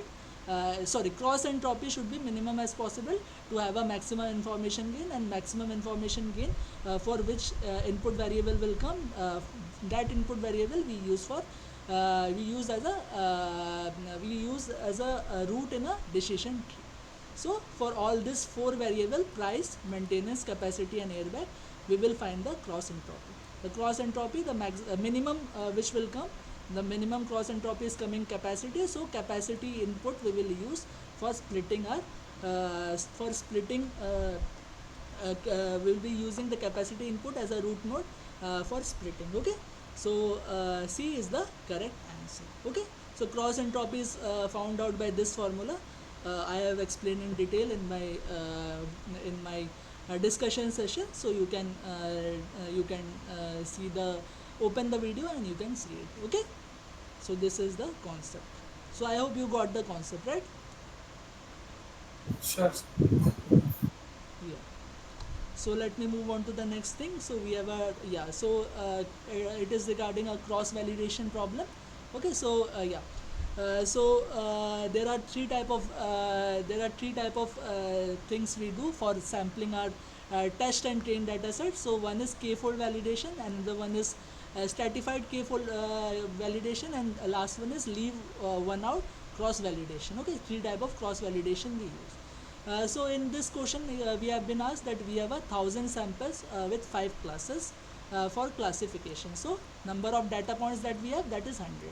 So what would be the training size for a 20-fold cross validation? Means value of k is 20. What is a 20-fold cross validation means is we will separate a 1,000 data point sample in 20 folds. Okay, 1,000 data points will be 1,000 data points will be separated in 20 folds. That means each fold, if 20 folds are there, 1,000 data points are there, means each fold we will get 50 data points, right? 1,000 by 20 is 50. So each fold we will be getting 50 data points. Okay, so each fold we will be getting 50 data points. That means 50 here, 50 here, 50 here, 50 here, dot dot dot 50 here. That means 20 folds with each fold containing 20 data points. Sorry, 50 data points. Now what is this k-fold validation tells us that one fold we should keep for training, the other k minus one fold we will keep for training. Okay, one fold we will keep for testing, the other k minus one fold we will take for training. So here we have been asked what is the training size. So training size 50 for each 50 for 50 data points we will be saving for a test set, and other 1,000 minus 50, that means 19 fold or 19 into 50 data points. That means 19 into 50 is nothing but 950. Okay, 950 data points we will be using for a training set. Okay, so 950 will be our correct answer. Okay, so is this clear? There is no role of this 5 classes. The role of the class comes if it is a stratified k-fold classification. But as it is a simple k-fold classification, so there is no use of this 5 classes. Okay, so 950 is your correct answer. In case of stratified, we need to consider the classes. Yeah. Stratified means you have to consider the proportion that the classes takes. Okay, like Okay. in 5 Okay. classes, one data set might take 10% proportion, another might take 20% proportion, Okay. 30%, 40%, like that. Okay, so you have to maintain in each training, like fold. Here also you will be taking the k fold only, but whenever you are Okay. taking the fold, like 50 data point you are keeping for testing, right? But in 50 Okay. data point you have 5 classes, so each class will be given the same proportion as in Okay. the In the original data set. original data. Yeah. Okay. In So case that of is, leave one out, we need to take the data point, right? yeah, only data point. Leave one out means one data point we will take for testing, and other Okay. 999 data points. Like if it is 1,000 data points, then 999 data points we will take for training. Okay. Okay, one for Okay. testing and the 999 for training. Okay, Okay, sir. so that is Okay, about sir. validation. Now this is for a stratified k-fold validation that I have just discussed. Which of the following is a train test split? So in train test split we have to check that the proportion of the samples in the classes should be same. Okay, so here if I take A is to B proportion, that is 8 is to 3, but here in test data set if I take A is to B proportion, that is 1 is to 1. Okay, so this is false. This is not an example of stratified k-fold classification. Here it is 1 is to 1. Here it is 8 is to 3. Again, this is not a case of stratified k-fold classification. Here it is 2 is to 1 and here it is 2 is to 1. So definitely this is a case of k-fold stratified k-fold classification. Okay, again I am repeating, here in trained data also the proportion of A is to B, that is 2 is to 1. Okay, and here in test data set also proportion is 2 is to 1. So that is why this is correct. Now what about this? The proportion here also 2 is to 1, proportion here also 2 is to 1. But why this is not correct? This is not correct because in test data set you have more example than your trained data set. But k-fold classification, whenever we are taking k-fold classification, test data set always has as one fold, okay, and other fold goes for a training data set. So that is why this is not correct, because here the number of samples in test data set is more than trained data set. Okay, so that is why this is also false. So this is about stratified k-fold classification. Okay, so I hope this is clear to all of you. Yes. Yeah, so this is a question of the confusion matrix. So how a confusion matrix is formed? So this is in the rows these are actual cases, and in the column these are predicted cases. So how we will form this, how we will say what is true positive and what is true negative. So first, every positive or negative is decided by your predicted classes. So here it is positive class, so here you will write P, here you will write P.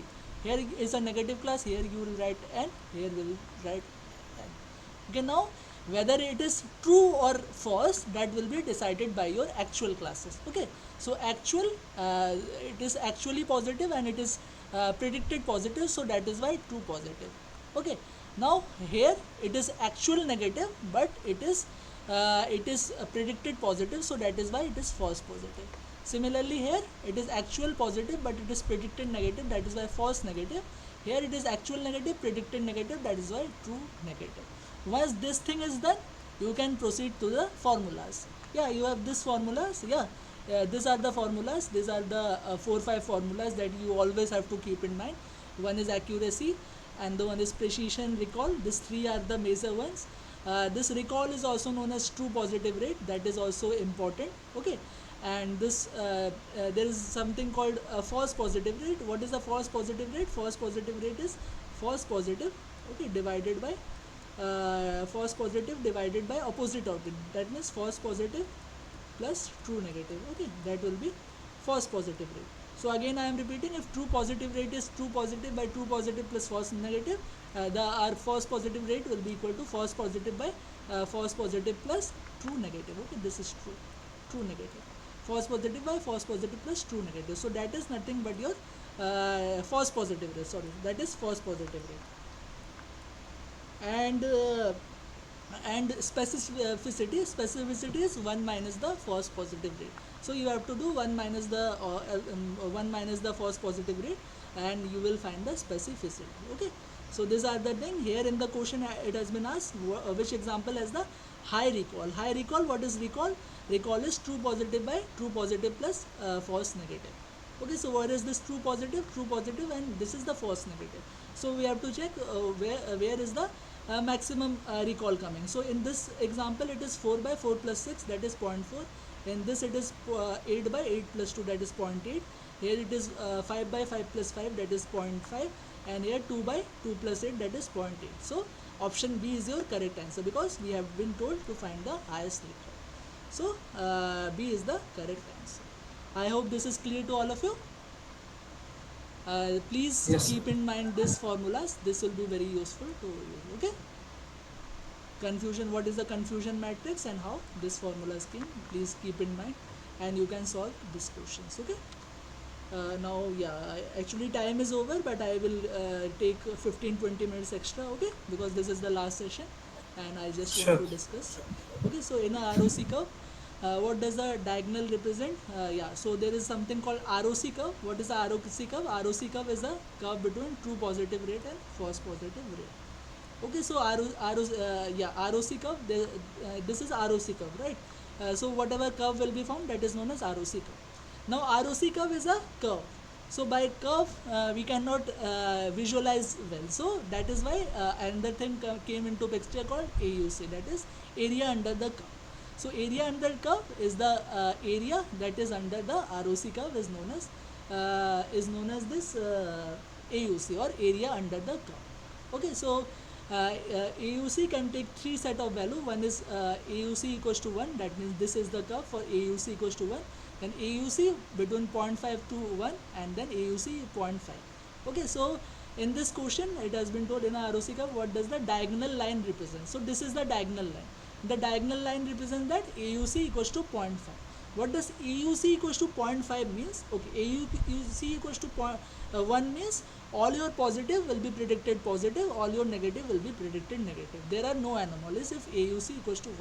If AUC is between 0.5 to 1, that means most of your positive will be turned positive and most of your negative will be predicted negative. But there are some anomalies. Okay, so that is 0.5 to 1, most of.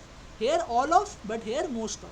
But according to AUC, when AUC equals to 0.5, there will be random guessing that will be happening. That means all your you have a positive, some points positive and some point negative, but your classifier will be predicting either all the points as positive or all the points as negative. So that is known as random guessing.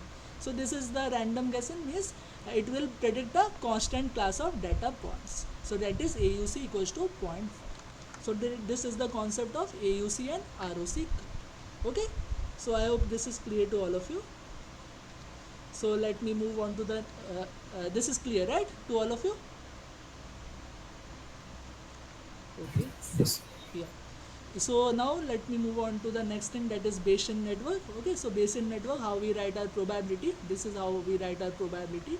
So parents, wherever you will see your parents, you will write the marginal probability. So you will write PD1 into PD2. Okay, so PD1 into PD2.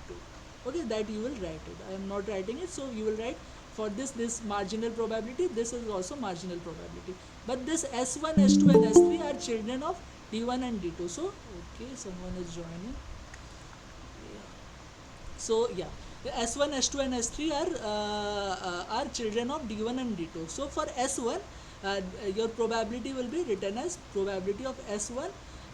As this is a Bayesian network, so probability of child is written as probability of child condition of parent. Okay, so what is the parent here? That is D1. Okay, so S1 will be right, probability of S1 D1. S2 will be right as S2 has two parent D1 and D2, so it will be written as S2 D1 and D2. Okay, D1 D2, S2 D1 and D2, S2 D1 comma D2. Okay, and this S3 will be written P S3 D3. Okay, this is S3 S3 D3. So your right answer will be equal to, I think, D. Yeah, D. So PD1, okay, PD1, PD2, because these are two parents. So here this will take marginal probability. But this S1, S2 and S3 are children, so this will take conditional probability. So this is P S1 condition D1, S2 condition D1 D2 and S3 condition D2. Okay, so this will be your answer. So this is how we write our Bayesian network as. Please keep this thing in mind. Okay, this is very important. Probability of the whole Bayesian network will be equal to probability of children condition parent, if it is not a parent. Otherwise, probability of marginal probability of parent into probability of children condition their parents. Okay, so this thing you should always keep in mind. So I hope this is also clear to all of you. Clear, right? Yes. So let me move on to this. This is a numerical related to Bayesian network. Okay, so this how you will solve this. So here there are three parents here, that is budget, mid-range and high-end. Okay, these are the three parents you can take. Now all are the children of these parents. That means single SIM, 5G compatibility and NFC. Okay, so here has been told that consider a phone with two SIM. That means single SIM we have to bar it, means we have to do the probability 1 minus single SIM. That will give us That's double sim probability. Similarly here 5G no 5G compatible. Okay, so but here it is 5G compatible is given, so we have to 1 minus the probability of the 5G compatible, and NFC. Okay, NFC. So NFC is given, so NFC we will take, and we will be calculating the answer of this, like probability of budget condition all are this. Okay, then probability of mid-range condition all of this, and probability of high range conditioned all of this, and whatever the probability is coming highest, that will be the answer of your question. Okay, so this you can check, like probability of budget, how we will be computing probability of budget. That will be equal to budget phones, that is budget phone, how many budget phone we have, 20 out of 20, 30, 20, that means out of 70 phones 20 are budget, so that is why 20 by 70. Now uh, uh, not single sim, that is why this is the symbol of not single sim. Also you can bar it if you want. Here it is written this exclamatory mark single sim. That means 15 are single sim, so 20 phones total are there, 15 are single sim, means 5 will be this not single sim, that is why 5 by 20. Now 5 are 5G compatible, that means 15 are not 5G compatible, that is why 15 by 20. Now NFC 0 are NFC, that is why 0 by 20. So when you will calculate it, you will find the probability of your budget phones. Okay, similarly we can find conditional probability of mid-range phone and conditional probability of high-end phone, and you have to check what is the correct ordering from highest to lowest. So whatever the correct ordering will come, you will write it. So I hope this is also clear to all of you, right? Clear, right? Yes. Yeah. Now this is the next question of the Bayesian network, and that is important. So Bayesian network, we have three rules for our Bayesian network. So these three rules you always should have remember. So in this case, if m is given, then x and y are independent. Okay, in this case also, if x is given, this m and y are independent, but here if m is given, this x and y are dependent. Okay, so if you keep in mind these three rules, you will solve any type of this Bayesian network question. So here also, if b is dependent on f, given d, so if you have given d, so let me block d. If we have given d, then b is independent of f. B is independent of f. Then which b is independent of f if we have given d. So this is nothing but this is the case of this. So if if d is given, then b is independent of f. B is independent of f, like this. Okay, so this c you should not consider because there is no thing of c. So c you can, and c you no need to consider. So if d is given, then this is the rule. Okay, this is the rule. So b df, okay, b df, like this you can solve b df. So this is the rule. So if d is given, then b is independent of f. So this is correct according to me. If a is independent of e, given c. So if c is given, then a is independent of e.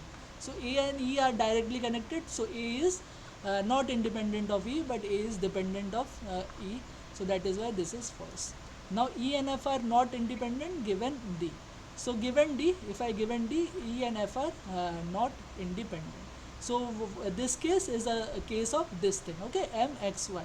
Okay, x is the parent, so d is the parent, and e and f are the two child.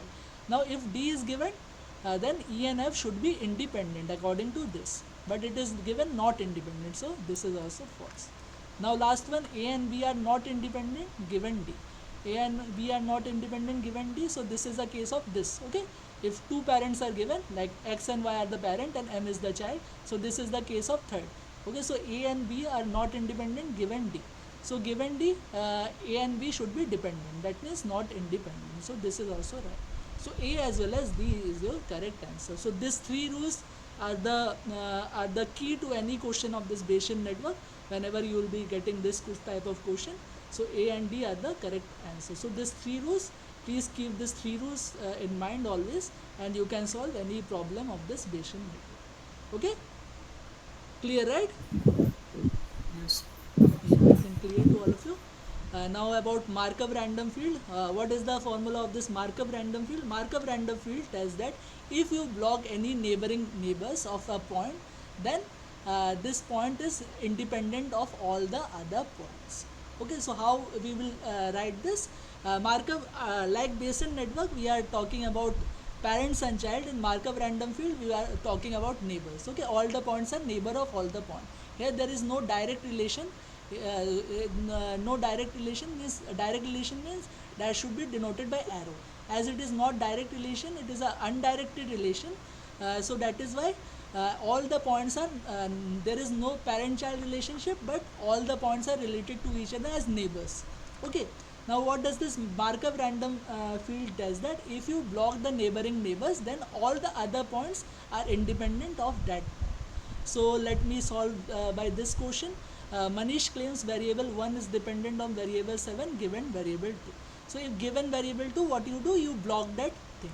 Okay, block that thing. Now 1 is dependent on 7. So 1 is dependent on 7. If I block it, can we reach 7? If I block it, I cannot reach 7. Okay, if I block 2, I cannot reach 7. Is there any part to reach 7? If I block here, it is one part, here is one part, so there are two paths, but if I block 2, I cannot reach 7. So that is why 1 and 7 should be independent given 2. Okay, so that is why this is a false statement, because here it is written dependent, but 1 and 7 should be independent. Now let me take the second thing. Let me erase it. Okay.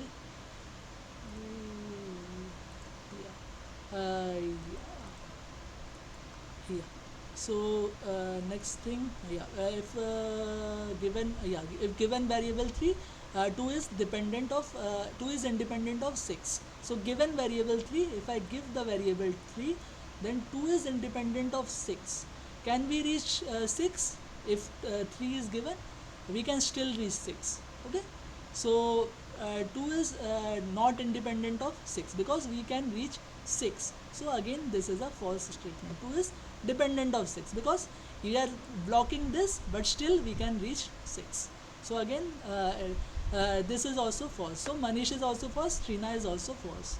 So both the students are incorrect. So option D is correct. So I hope this is clear to all of you. In Markov, what is the difference between this Bayesian network and Markov random field? Bayesian network, you have to keep in mind all these 3 rules. In Markov random field, you have to keep in mind this rule only, that MRF is conditionally independent of all other variables given its neighbor. Means if there is a point, okay, if there is a lattice-like structure, and if I give block all the if I give all its neighbors, then it will be independent of all the other neighbors because the path cannot be reached. So that is the concept of the Markov random field. Okay, so is this clear to all of you? Clear, right? So if we had blocked, if we are able to reach, then it is dependent, right? If we have blocked it, okay, Yeah. and we should not We, we cannot reach, then it is okay. independent. Okay, sir. Okay. If we can Okay. reach, then it is dependent. Okay, sir. Thanks. Okay. So these two things you have to remember regarding Bayesian network and Markov random field. Markov random field, just now what I have told. Bayesian network, you have to remember these 3 rules. Okay, so these are the important. Then you can solve any such type of questions. Okay, now question number 19. Okay, these are relating to parameters. So yeah, so Bayesian network, how many maximum parameters can be taken if this is a this is all the elements can take binary classes, right? Yeah, all the variable can take binary classes. Then how many maximum parameter it can take? So in this Bayesian network, you have to write from A and B because A and B are the parents. So whenever you will be starting from A and B will be taking one parameter only, right? Because A and B are the parents. So A and B will take one parameter only. So one for A, one for B. So 1 plus 1, right? Now what about C? C, whenever you will be going to C, then C, the parameter of C will be coming from A to A and B. So that means the parameter will be 2 to the power 2. Okay, 2 to the power 2. So that means 4 cases are possible for this C, because C has 2 parents, that is A and B. How 4 cases is possible? This is how 4 cases is possible. Okay, when a equals to 0, a equals to 0, b equals to 0, one case. When a equals to 0, b equals to 1, one case. When a equals to 1, b equals to 0, one case. And a equals to 1, b equals to 1, one case. So that means 4 cases are possible whenever for for this C node. Okay, 4 cases are possible for C node. So that is why 4. So let me delete it and write 4 only, otherwise it is only yeah. So 1 for this, 1 for this, 4 for this. Now what about D? D has one parent, so that is why 2 cases. How? Because A can take A equals to 1 and A equals to 0. So that is why 2 cases. Now what about E? E has one parent, so again 2 cases. And F has one parent, so again 2 cases. So total, you will do the total. 1 plus 1, 2. 2 plus 4, 6. 6 plus 2, 8. 8 plus 2, 10. 10 plus 2, 12. So option B is your correct answer. So is this clear? How many cases are possible? So can you say that again? Yeah. So let me erase it. Yeah. First thing, what has been given in the question is all the variable are binary. That means each of the variable can take two things, whether it will be 0 and whether it will be 1. Okay, that is clear, right? Now Yes. whenever I am talking about the main parents, that is A and B as the main parents, it will take marginal probability and not conditional probability. So A will take only PA and B will take PB, because it is not condition, right? So how many parameter it will have? It will have one parameter each. Okay, so A will take one parameter and B will take one parameter. Is it clear? Yeah. Yeah, it will not So, take two. or else we can take it like this as well. If it is binary, base to the power of base as 2, Yeah, 2 to the power of number of parents. 2 to the yeah, exactly, you are 2 right. to the power of number Yeah, of yeah, parents. yeah, If yeah, there is no parents, then it is only one parameter. So summation of all this yeah, exactly, will give you that is the 2 to the power 0 and 2 to the power 0. That is what you are telling, right? yeah, yes, sir. Yeah. So whenever you are taking C, as it has two parents, so two parents, they can have 4 cases, right? When A equals to 0, B equals to 0, A equals to 1, B equals to 0, and like that. Okay, so 4. So that is why so that is why it will take 2 square cases, that is 4 cases, right? So C will take 4 cases. So 1 plus 1 plus 4. Now D has one parent, so it will take 2 cases, A equals to 1 and A equals to 0. So 2 cases. And E will also take 2 cases and F will also take 2 cases. So total cases you will add and it will come to 12. Okay. So is it clear? Yes, sir. Yeah. So I think it is clear. Now let me move to the next question. That is a question of k-means clustering.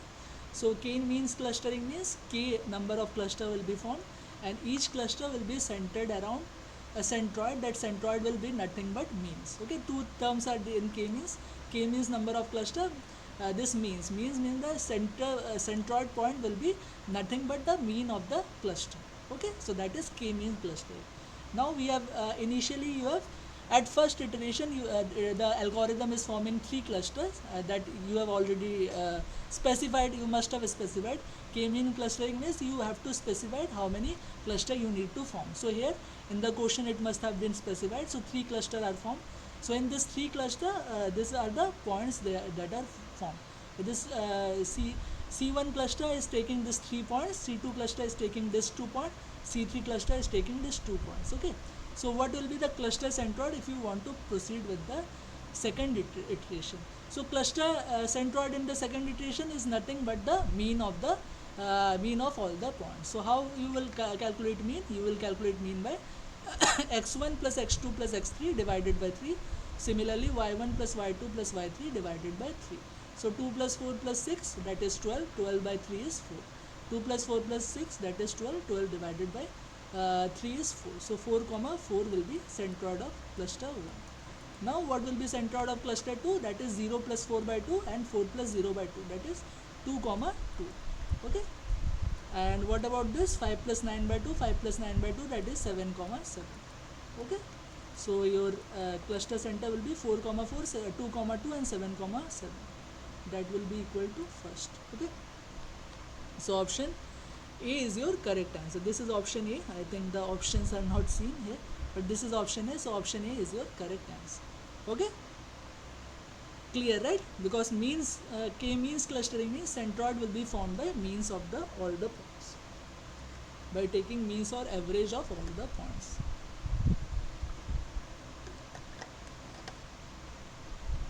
Okay, right? So I think it is clear to all of you. Yes. Yeah. Now it is about single link. I have already discussed this question, so I have also shown this question also, so I am not discussing it. So question number 22, this is a Gaussian mixture model. The density estimation of a Gaussian mixture model is given below. What is the problem evident in the image? One is pi i's are too big. Pi I is nothing but the mixing coefficient. B, the clusters are not sampled from Sir, a previous question briefly discuss. yeah, previous question I have already discussed, right? This is the same question that I was discussing in the single link and multi-link complete link clustering. You are there from the beginning. Yes, sir, but single links I not understand. Single link you want okay, so I have completely okay. Yeah, so let me explain you this. So these are the distance between all the points. Okay, p1 p1 p1 p2 p1 p3 p1 p4 and p5 p6, right? So the distance of p1 from all the points. Similarly, distance of p2 from all the points, p3 to all the points, p4 to all the points, p5 all the points, and p6 all the points. This is known as distance matrix. Okay. So up to this it is clear. This is given in the question. Now you have to form the clustering by hierarchical clustering. You have to show which of the dendrogram will be the correct answer. So in single link clustering or complete link clustering, the first step is you will connect the points with the smallest distance. Okay. So how we will connect the point with the smallest distance? So P1, so what is the smallest distance? First is 0. 0 will be between point and the same point. So 0, this is not applicable. After 0, what is the smallest distance? The smallest distance is 1. Okay, 1, yeah, 1 is the smallest distance. So you will be connecting, this is P4 and P3. Okay, P4 and P3 you will connect first. P3 and P4 you will connect first.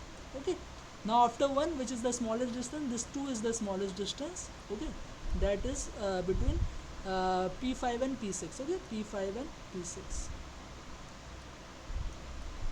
that you will connect. That is a little above. Then this is 1 distance and this is 2 distance. Okay? Now 1 2 and 3. Okay, 3 P2 and P2 and P1, 3 3 P2 and P1. Okay, that is 3. Now after 3, what is 4? 4 is the distance between this P1 and P1 and P6. Okay, P1 and P6, the distance between P1 and P6 will be P1 and P6 distance is 4. Okay, so that is why I have connected. So 4 is also covered. 4 is also covered. 4, what is the 4 here? 4 is also covered. After that 5. 5 is the distance between P5 and P1. P5 and P1. So we are ignoring this because this is already connected. Now after 5, what is the distance? Is there any 6 here? Yeah, 6 is there between P3 and P5, right? P3 and P5, yeah. So you will connect this. So this will be your dendrogram. Okay, this will be your dendrogram. So option B is your correct answer. So is it clear? Yes, sir. Yeah. Thank you, sir. Yeah. So question number 22, yeah, GMM, yeah, option A, pi's, the mixing coefficient of pi i's are too big. Option B, the clusters are not sampled from a Gaussian distribution. Option C, k is small and there is no problem. So yeah, so what is the problem? Yeah, Gaussian mixture model means each cluster will be formed as a Gaussian distribution. Okay, so here we can clearly see is that if I form this two cluster, this is the data points are not in the form of Gaussian distribution. So this is a problem. So the first problem is clusters are not sampled from a Gaussian distribution. So option B is correct. Now another thing what you can see is if k, here the k is small, that is k equals to 2 here, because two clusters are forming here, right? This is one cluster and another cluster, so k value is 2. But if I increase the clusters from k equals to, let's say, 100, so if I then form a small cluster like this, then I can fit the cluster to our distribution. So here the problem is k is small. If I increase the value of k, then I can fit the model to the underlying data points. So this is also a problem. So B as well as C is the correct answer. Okay, so B and C are the correct answer. So is it clear to all of you? Clear, right? Am I audible? Yes, sir. Clear, right? So how we are saying it Clear. is not sampled from the Gaussian distribution. Yeah, Gaussian distribution, whenever we are talking about Gaussian distribution, the cluster forms a circle, right? There is a mean in between, and the data points are equally distributed. Gaussian distribution always take a bell type of curve, means there is a mean in between, and all the samples will be and our sample will be equally distributed on both the sides, means nearly equally distributed.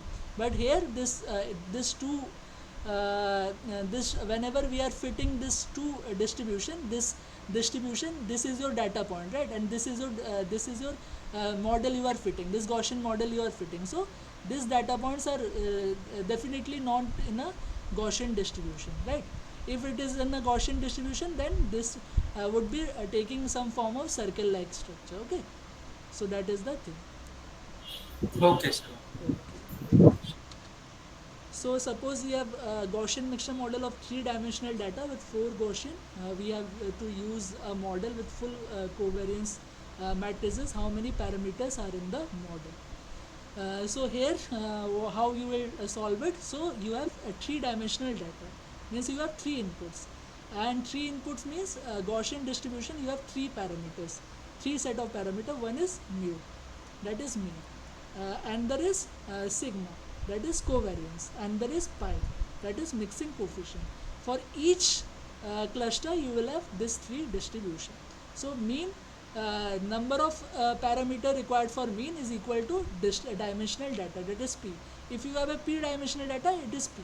As here you have a 3-dimensional data, that is equal to 3.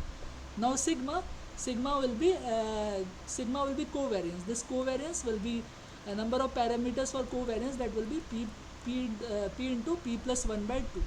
Okay, as here there is a 3-dimensional data, that will be equal to 3 into 4 by 2. That means that will be equal to 3 into 3, right? 3 into 3, that is equal to 3 into 4, right? 3 into 2, 2 cut, so 3 into 2, that means 6. So 6 number of covariance parameter. Now pi, for each cluster there is only one mixing coefficient, so pi value will be 1. So 3 plus 6 is 9, plus 1 is 10. For each cluster you will have 10 parameter, there are 4 Gaussian, so 4 into 10 parameter, that means you will have 40 parameters. Okay, so is this clear to all of you? Yes. Yeah, but in the assignment I have seen a question there. What has been told to you there, I have seen a question, and someone also was asking me, I think in the previous class, that there was some anomaly in the last question where parameters are given. There what was the problem is in the covariance matrix they have already stated that you have to take diagonal covariance matrix. So covariance matrix will be formed like this is a 3-dimensional data, right? So you will be forming 3 cross 3 covariance matrix. Okay, 3 cross 3 covariance matrix you will be forming in a 3-dimensional data. Now if it is only a diagonal covariance matrix, diagonal covariance matrix means your covariance is only in the diagonals. Okay, and all other apart from diagonals, in all other places there will be no covariance or zero covariance. Okay, so in that question, whatever I remember, there are 4 cluster and there are 5 dimensional data. But in the covariance matrix also you have to take the covariance diagonal matrix. So here you have 5 dimensional data, so mean you will have 5 mean, okay, and covariance diagonal covariance matrix is given, that is why you will be taking 5 only, and one mixing coefficient. So each cluster will have 11 parameter, and 11 into 4, that will be equal to 44. So your answer will be in between 41 to 50. That is option D. Okay. Again I am So, repeating. so there we can't follow this p into p plus 1 by 2, is it? There is a diagonal covariance matrix. It was mentioned Means, in the question that it is a diagonal covariance okay, matrix sir. only. So Okay, sir. diagonal covariance See, matrix means only the diagonal will have values, okay. others would not Since have. since Yeah. here in this question it has mentioned full Yeah, yeah. covariance matrices, we have taken p into Yeah, p yeah, plus yeah. 1. P to P Okay. plus 1 by 2. If nothing is mentioned, only covariance matrix is mentioned, then you always follow this formula. If it is So, mentioned diagonal covariance matrix, then you have to take that much element that are in the diagonal of the covariance matrix. Okay? which will be equal to the dimensional data, right? Yeah, yeah, The yeah. diagonal. Okay. Yeah, yeah, yeah. Okay, so that is why the answer will be 41 to 50. Someone is once asking me the same question in the previous class, I think. So that is how you will solve it. Okay? Okay. Sir, Yeah, can yeah, you tell me please. pi value one, sir? 5 means this covariance matrix, right? This covariance matrix will be forming by p cross p dimension. Means if you have a p dimensional data, then p cross p is your covariance matrix shape. I have also given you a code, I think, of a Gaussian mixture model. There also you can take, we have taken 2-dimensional data. Their covariance matrix is formed like this into this. 2 cross 2 matrix, covariance matrix is formed. Okay, and in that question what has been given is only it is a diagonal covariance matrix, means the value is only in the diagonal, and all other position or all other indexes the value is 0. So that is why you have to take only the diagonal parameter. So as it is a p dimensional data, then in diagonal how many value you will be there? In diagonal you will have p values. Okay, if it is a 5 dimensional covariance matrix, then in the how many covariance values you will have? You will have only 5 diagonal values. Okay, so that is why your answer was 5 plus 5 plus 1, that is 11. So 11 into 4 is 44. So option D, that is 41 to 50, is your correct answer. Okay. Sir, this one, sir. Earlier you explained, no, sir. This one, the first one, 361. So one, I'm Yeah, asking. this one 361. Yeah, sir. Yes, sir. 3 6 I know, but one how we go. One is the mixing coefficient, right? Mixing coefficient, you know, na, right? The mixing coefficient but is nothing but weight of each cluster. Okay, so each cluster will have only one weight. Okay, Okay. Hmm. right? 0.25, 0.35, 0.65, right? Like that only. Sum up to 1. Like if you have 3 clusters, so let's say this have 0.2 weight, this have 0.3 weight, and this have 0.5 weight, right? So one cluster is taking only one value of weight, right? So that is why 1 for each cluster. Mixing It's coefficient always will common be for 1. all. Mixing. This mixing coefficient is common irrespective of problem, sir. One Yeah, only. yeah, This. only one, yeah. Okay. Irrespective Oh, of any problem, any dimension, yes. mixing Oh, coefficient for each oh, cluster will be 1. Okay? yes, sir. Oh, Okay. thank you, sir. Okay. Now this is the 24th question. Empirical error is always greater than generalization error. Training data and test data have different underlying true distribution. So this is the formula I have told you. Please keep this in mind. The true error will be always greater than your empirical error or generalization error. Uh, Empirical error, yeah, generalization error is always greater than your empirical error. Okay, so this option A is false. Okay, option A is false, and second is, sorry, statement 1 is false, second is training data and test data have different underlying distribution. So in any experiment, wherever we extract the data, okay, that will be from one source, and that source will give data from same distribution. So that is why training data and testing data will be from the same underlying distribution. So this is written different underlying distribution, so this is also false. So option D is correct, that is both statement are false. Okay, so please keep this equation in mind. This will help you So, to solve this so problem. one Yeah, doubt. yeah, please. The true risk is the generalization error. Yeah, yeah, The true, yeah, yeah. so generalization error will be Greater, less than or equal to the empirical error. yeah, If plus we had this. used, Yeah, plus the means oh, true error, generalization error will be greater than empirical error, because empirical error is taking this factor, right? okay. Yeah, so that is how you have to remember. And this is a question of what is the reinforcement learning, yeah, what is the state and action of the reinforcement learning that we have discussed in the previous class. So state will be this.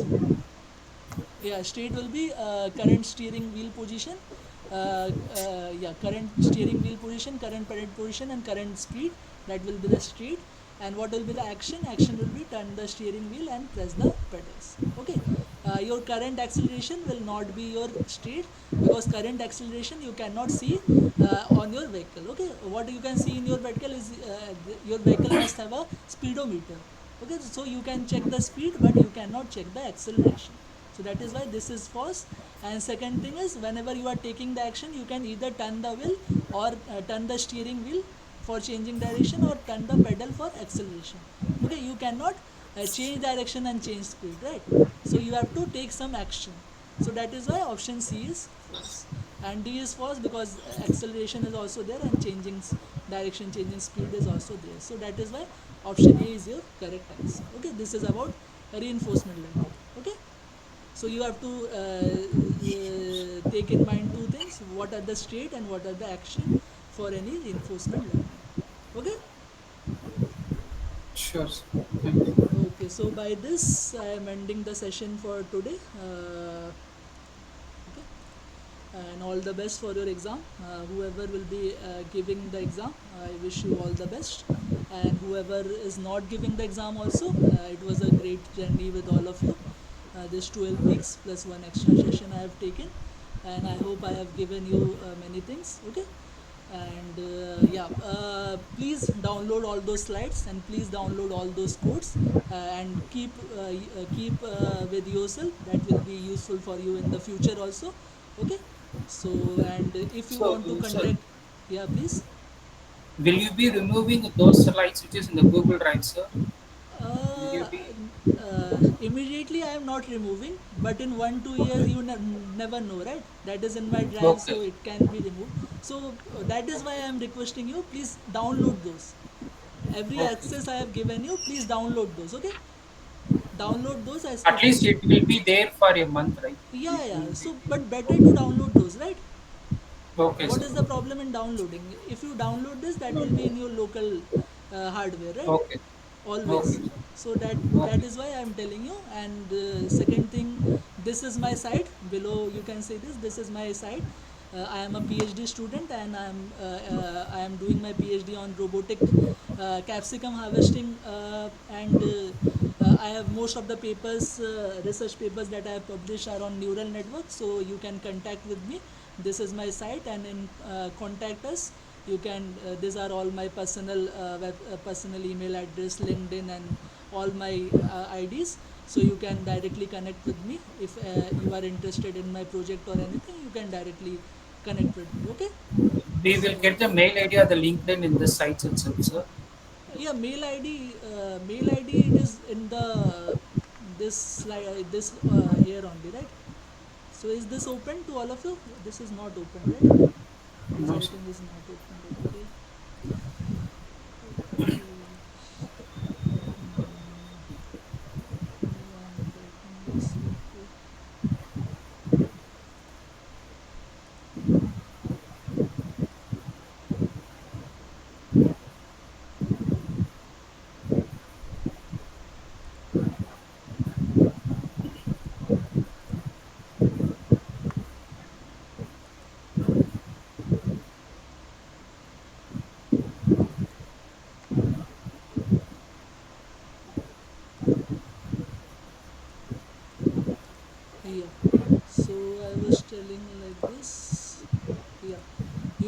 all see this is my website, personal website. You go to contact us, okay, and these are all Okay. my links, email address, LinkedIn, and ORCID ID and everything. So you can contact with me on LinkedIn or by email, anything if you want, okay. So Sure. this is all about me, okay. Okay, so by this I am ending the session for not for this week but for this session. It was a pleasure to be with all of you guys, okay. We do, sir. It's a nice Okay. thing. Okay. Thank Actually. you. Thanks. Thank Yeah, you, sir. someone is telling about hall ticket, so you can check in that announcement section. I think they might give you or they might mail you. I think you fellow mates can answer it well about exam. Okay, and for exam, please prepare all the slides. Please see all the slides that I have prepared. Also see all the lecture that professor has given. Okay, and if you will solve the assignment well, you will have a good you will perform well in your exam also. Okay. Okay, so by It this I has am been a ending. nice session with you. Thanks a lot, sir. Thanks Yeah, for your yeah, inputs yeah, and yeah, sure, discussions. Thank sure. you, sir. Okay, okay, so bye. Thank you, sir. Yeah, bye all of you. Okay. Thank you so much, sir. Okay. Thank you so much, sir.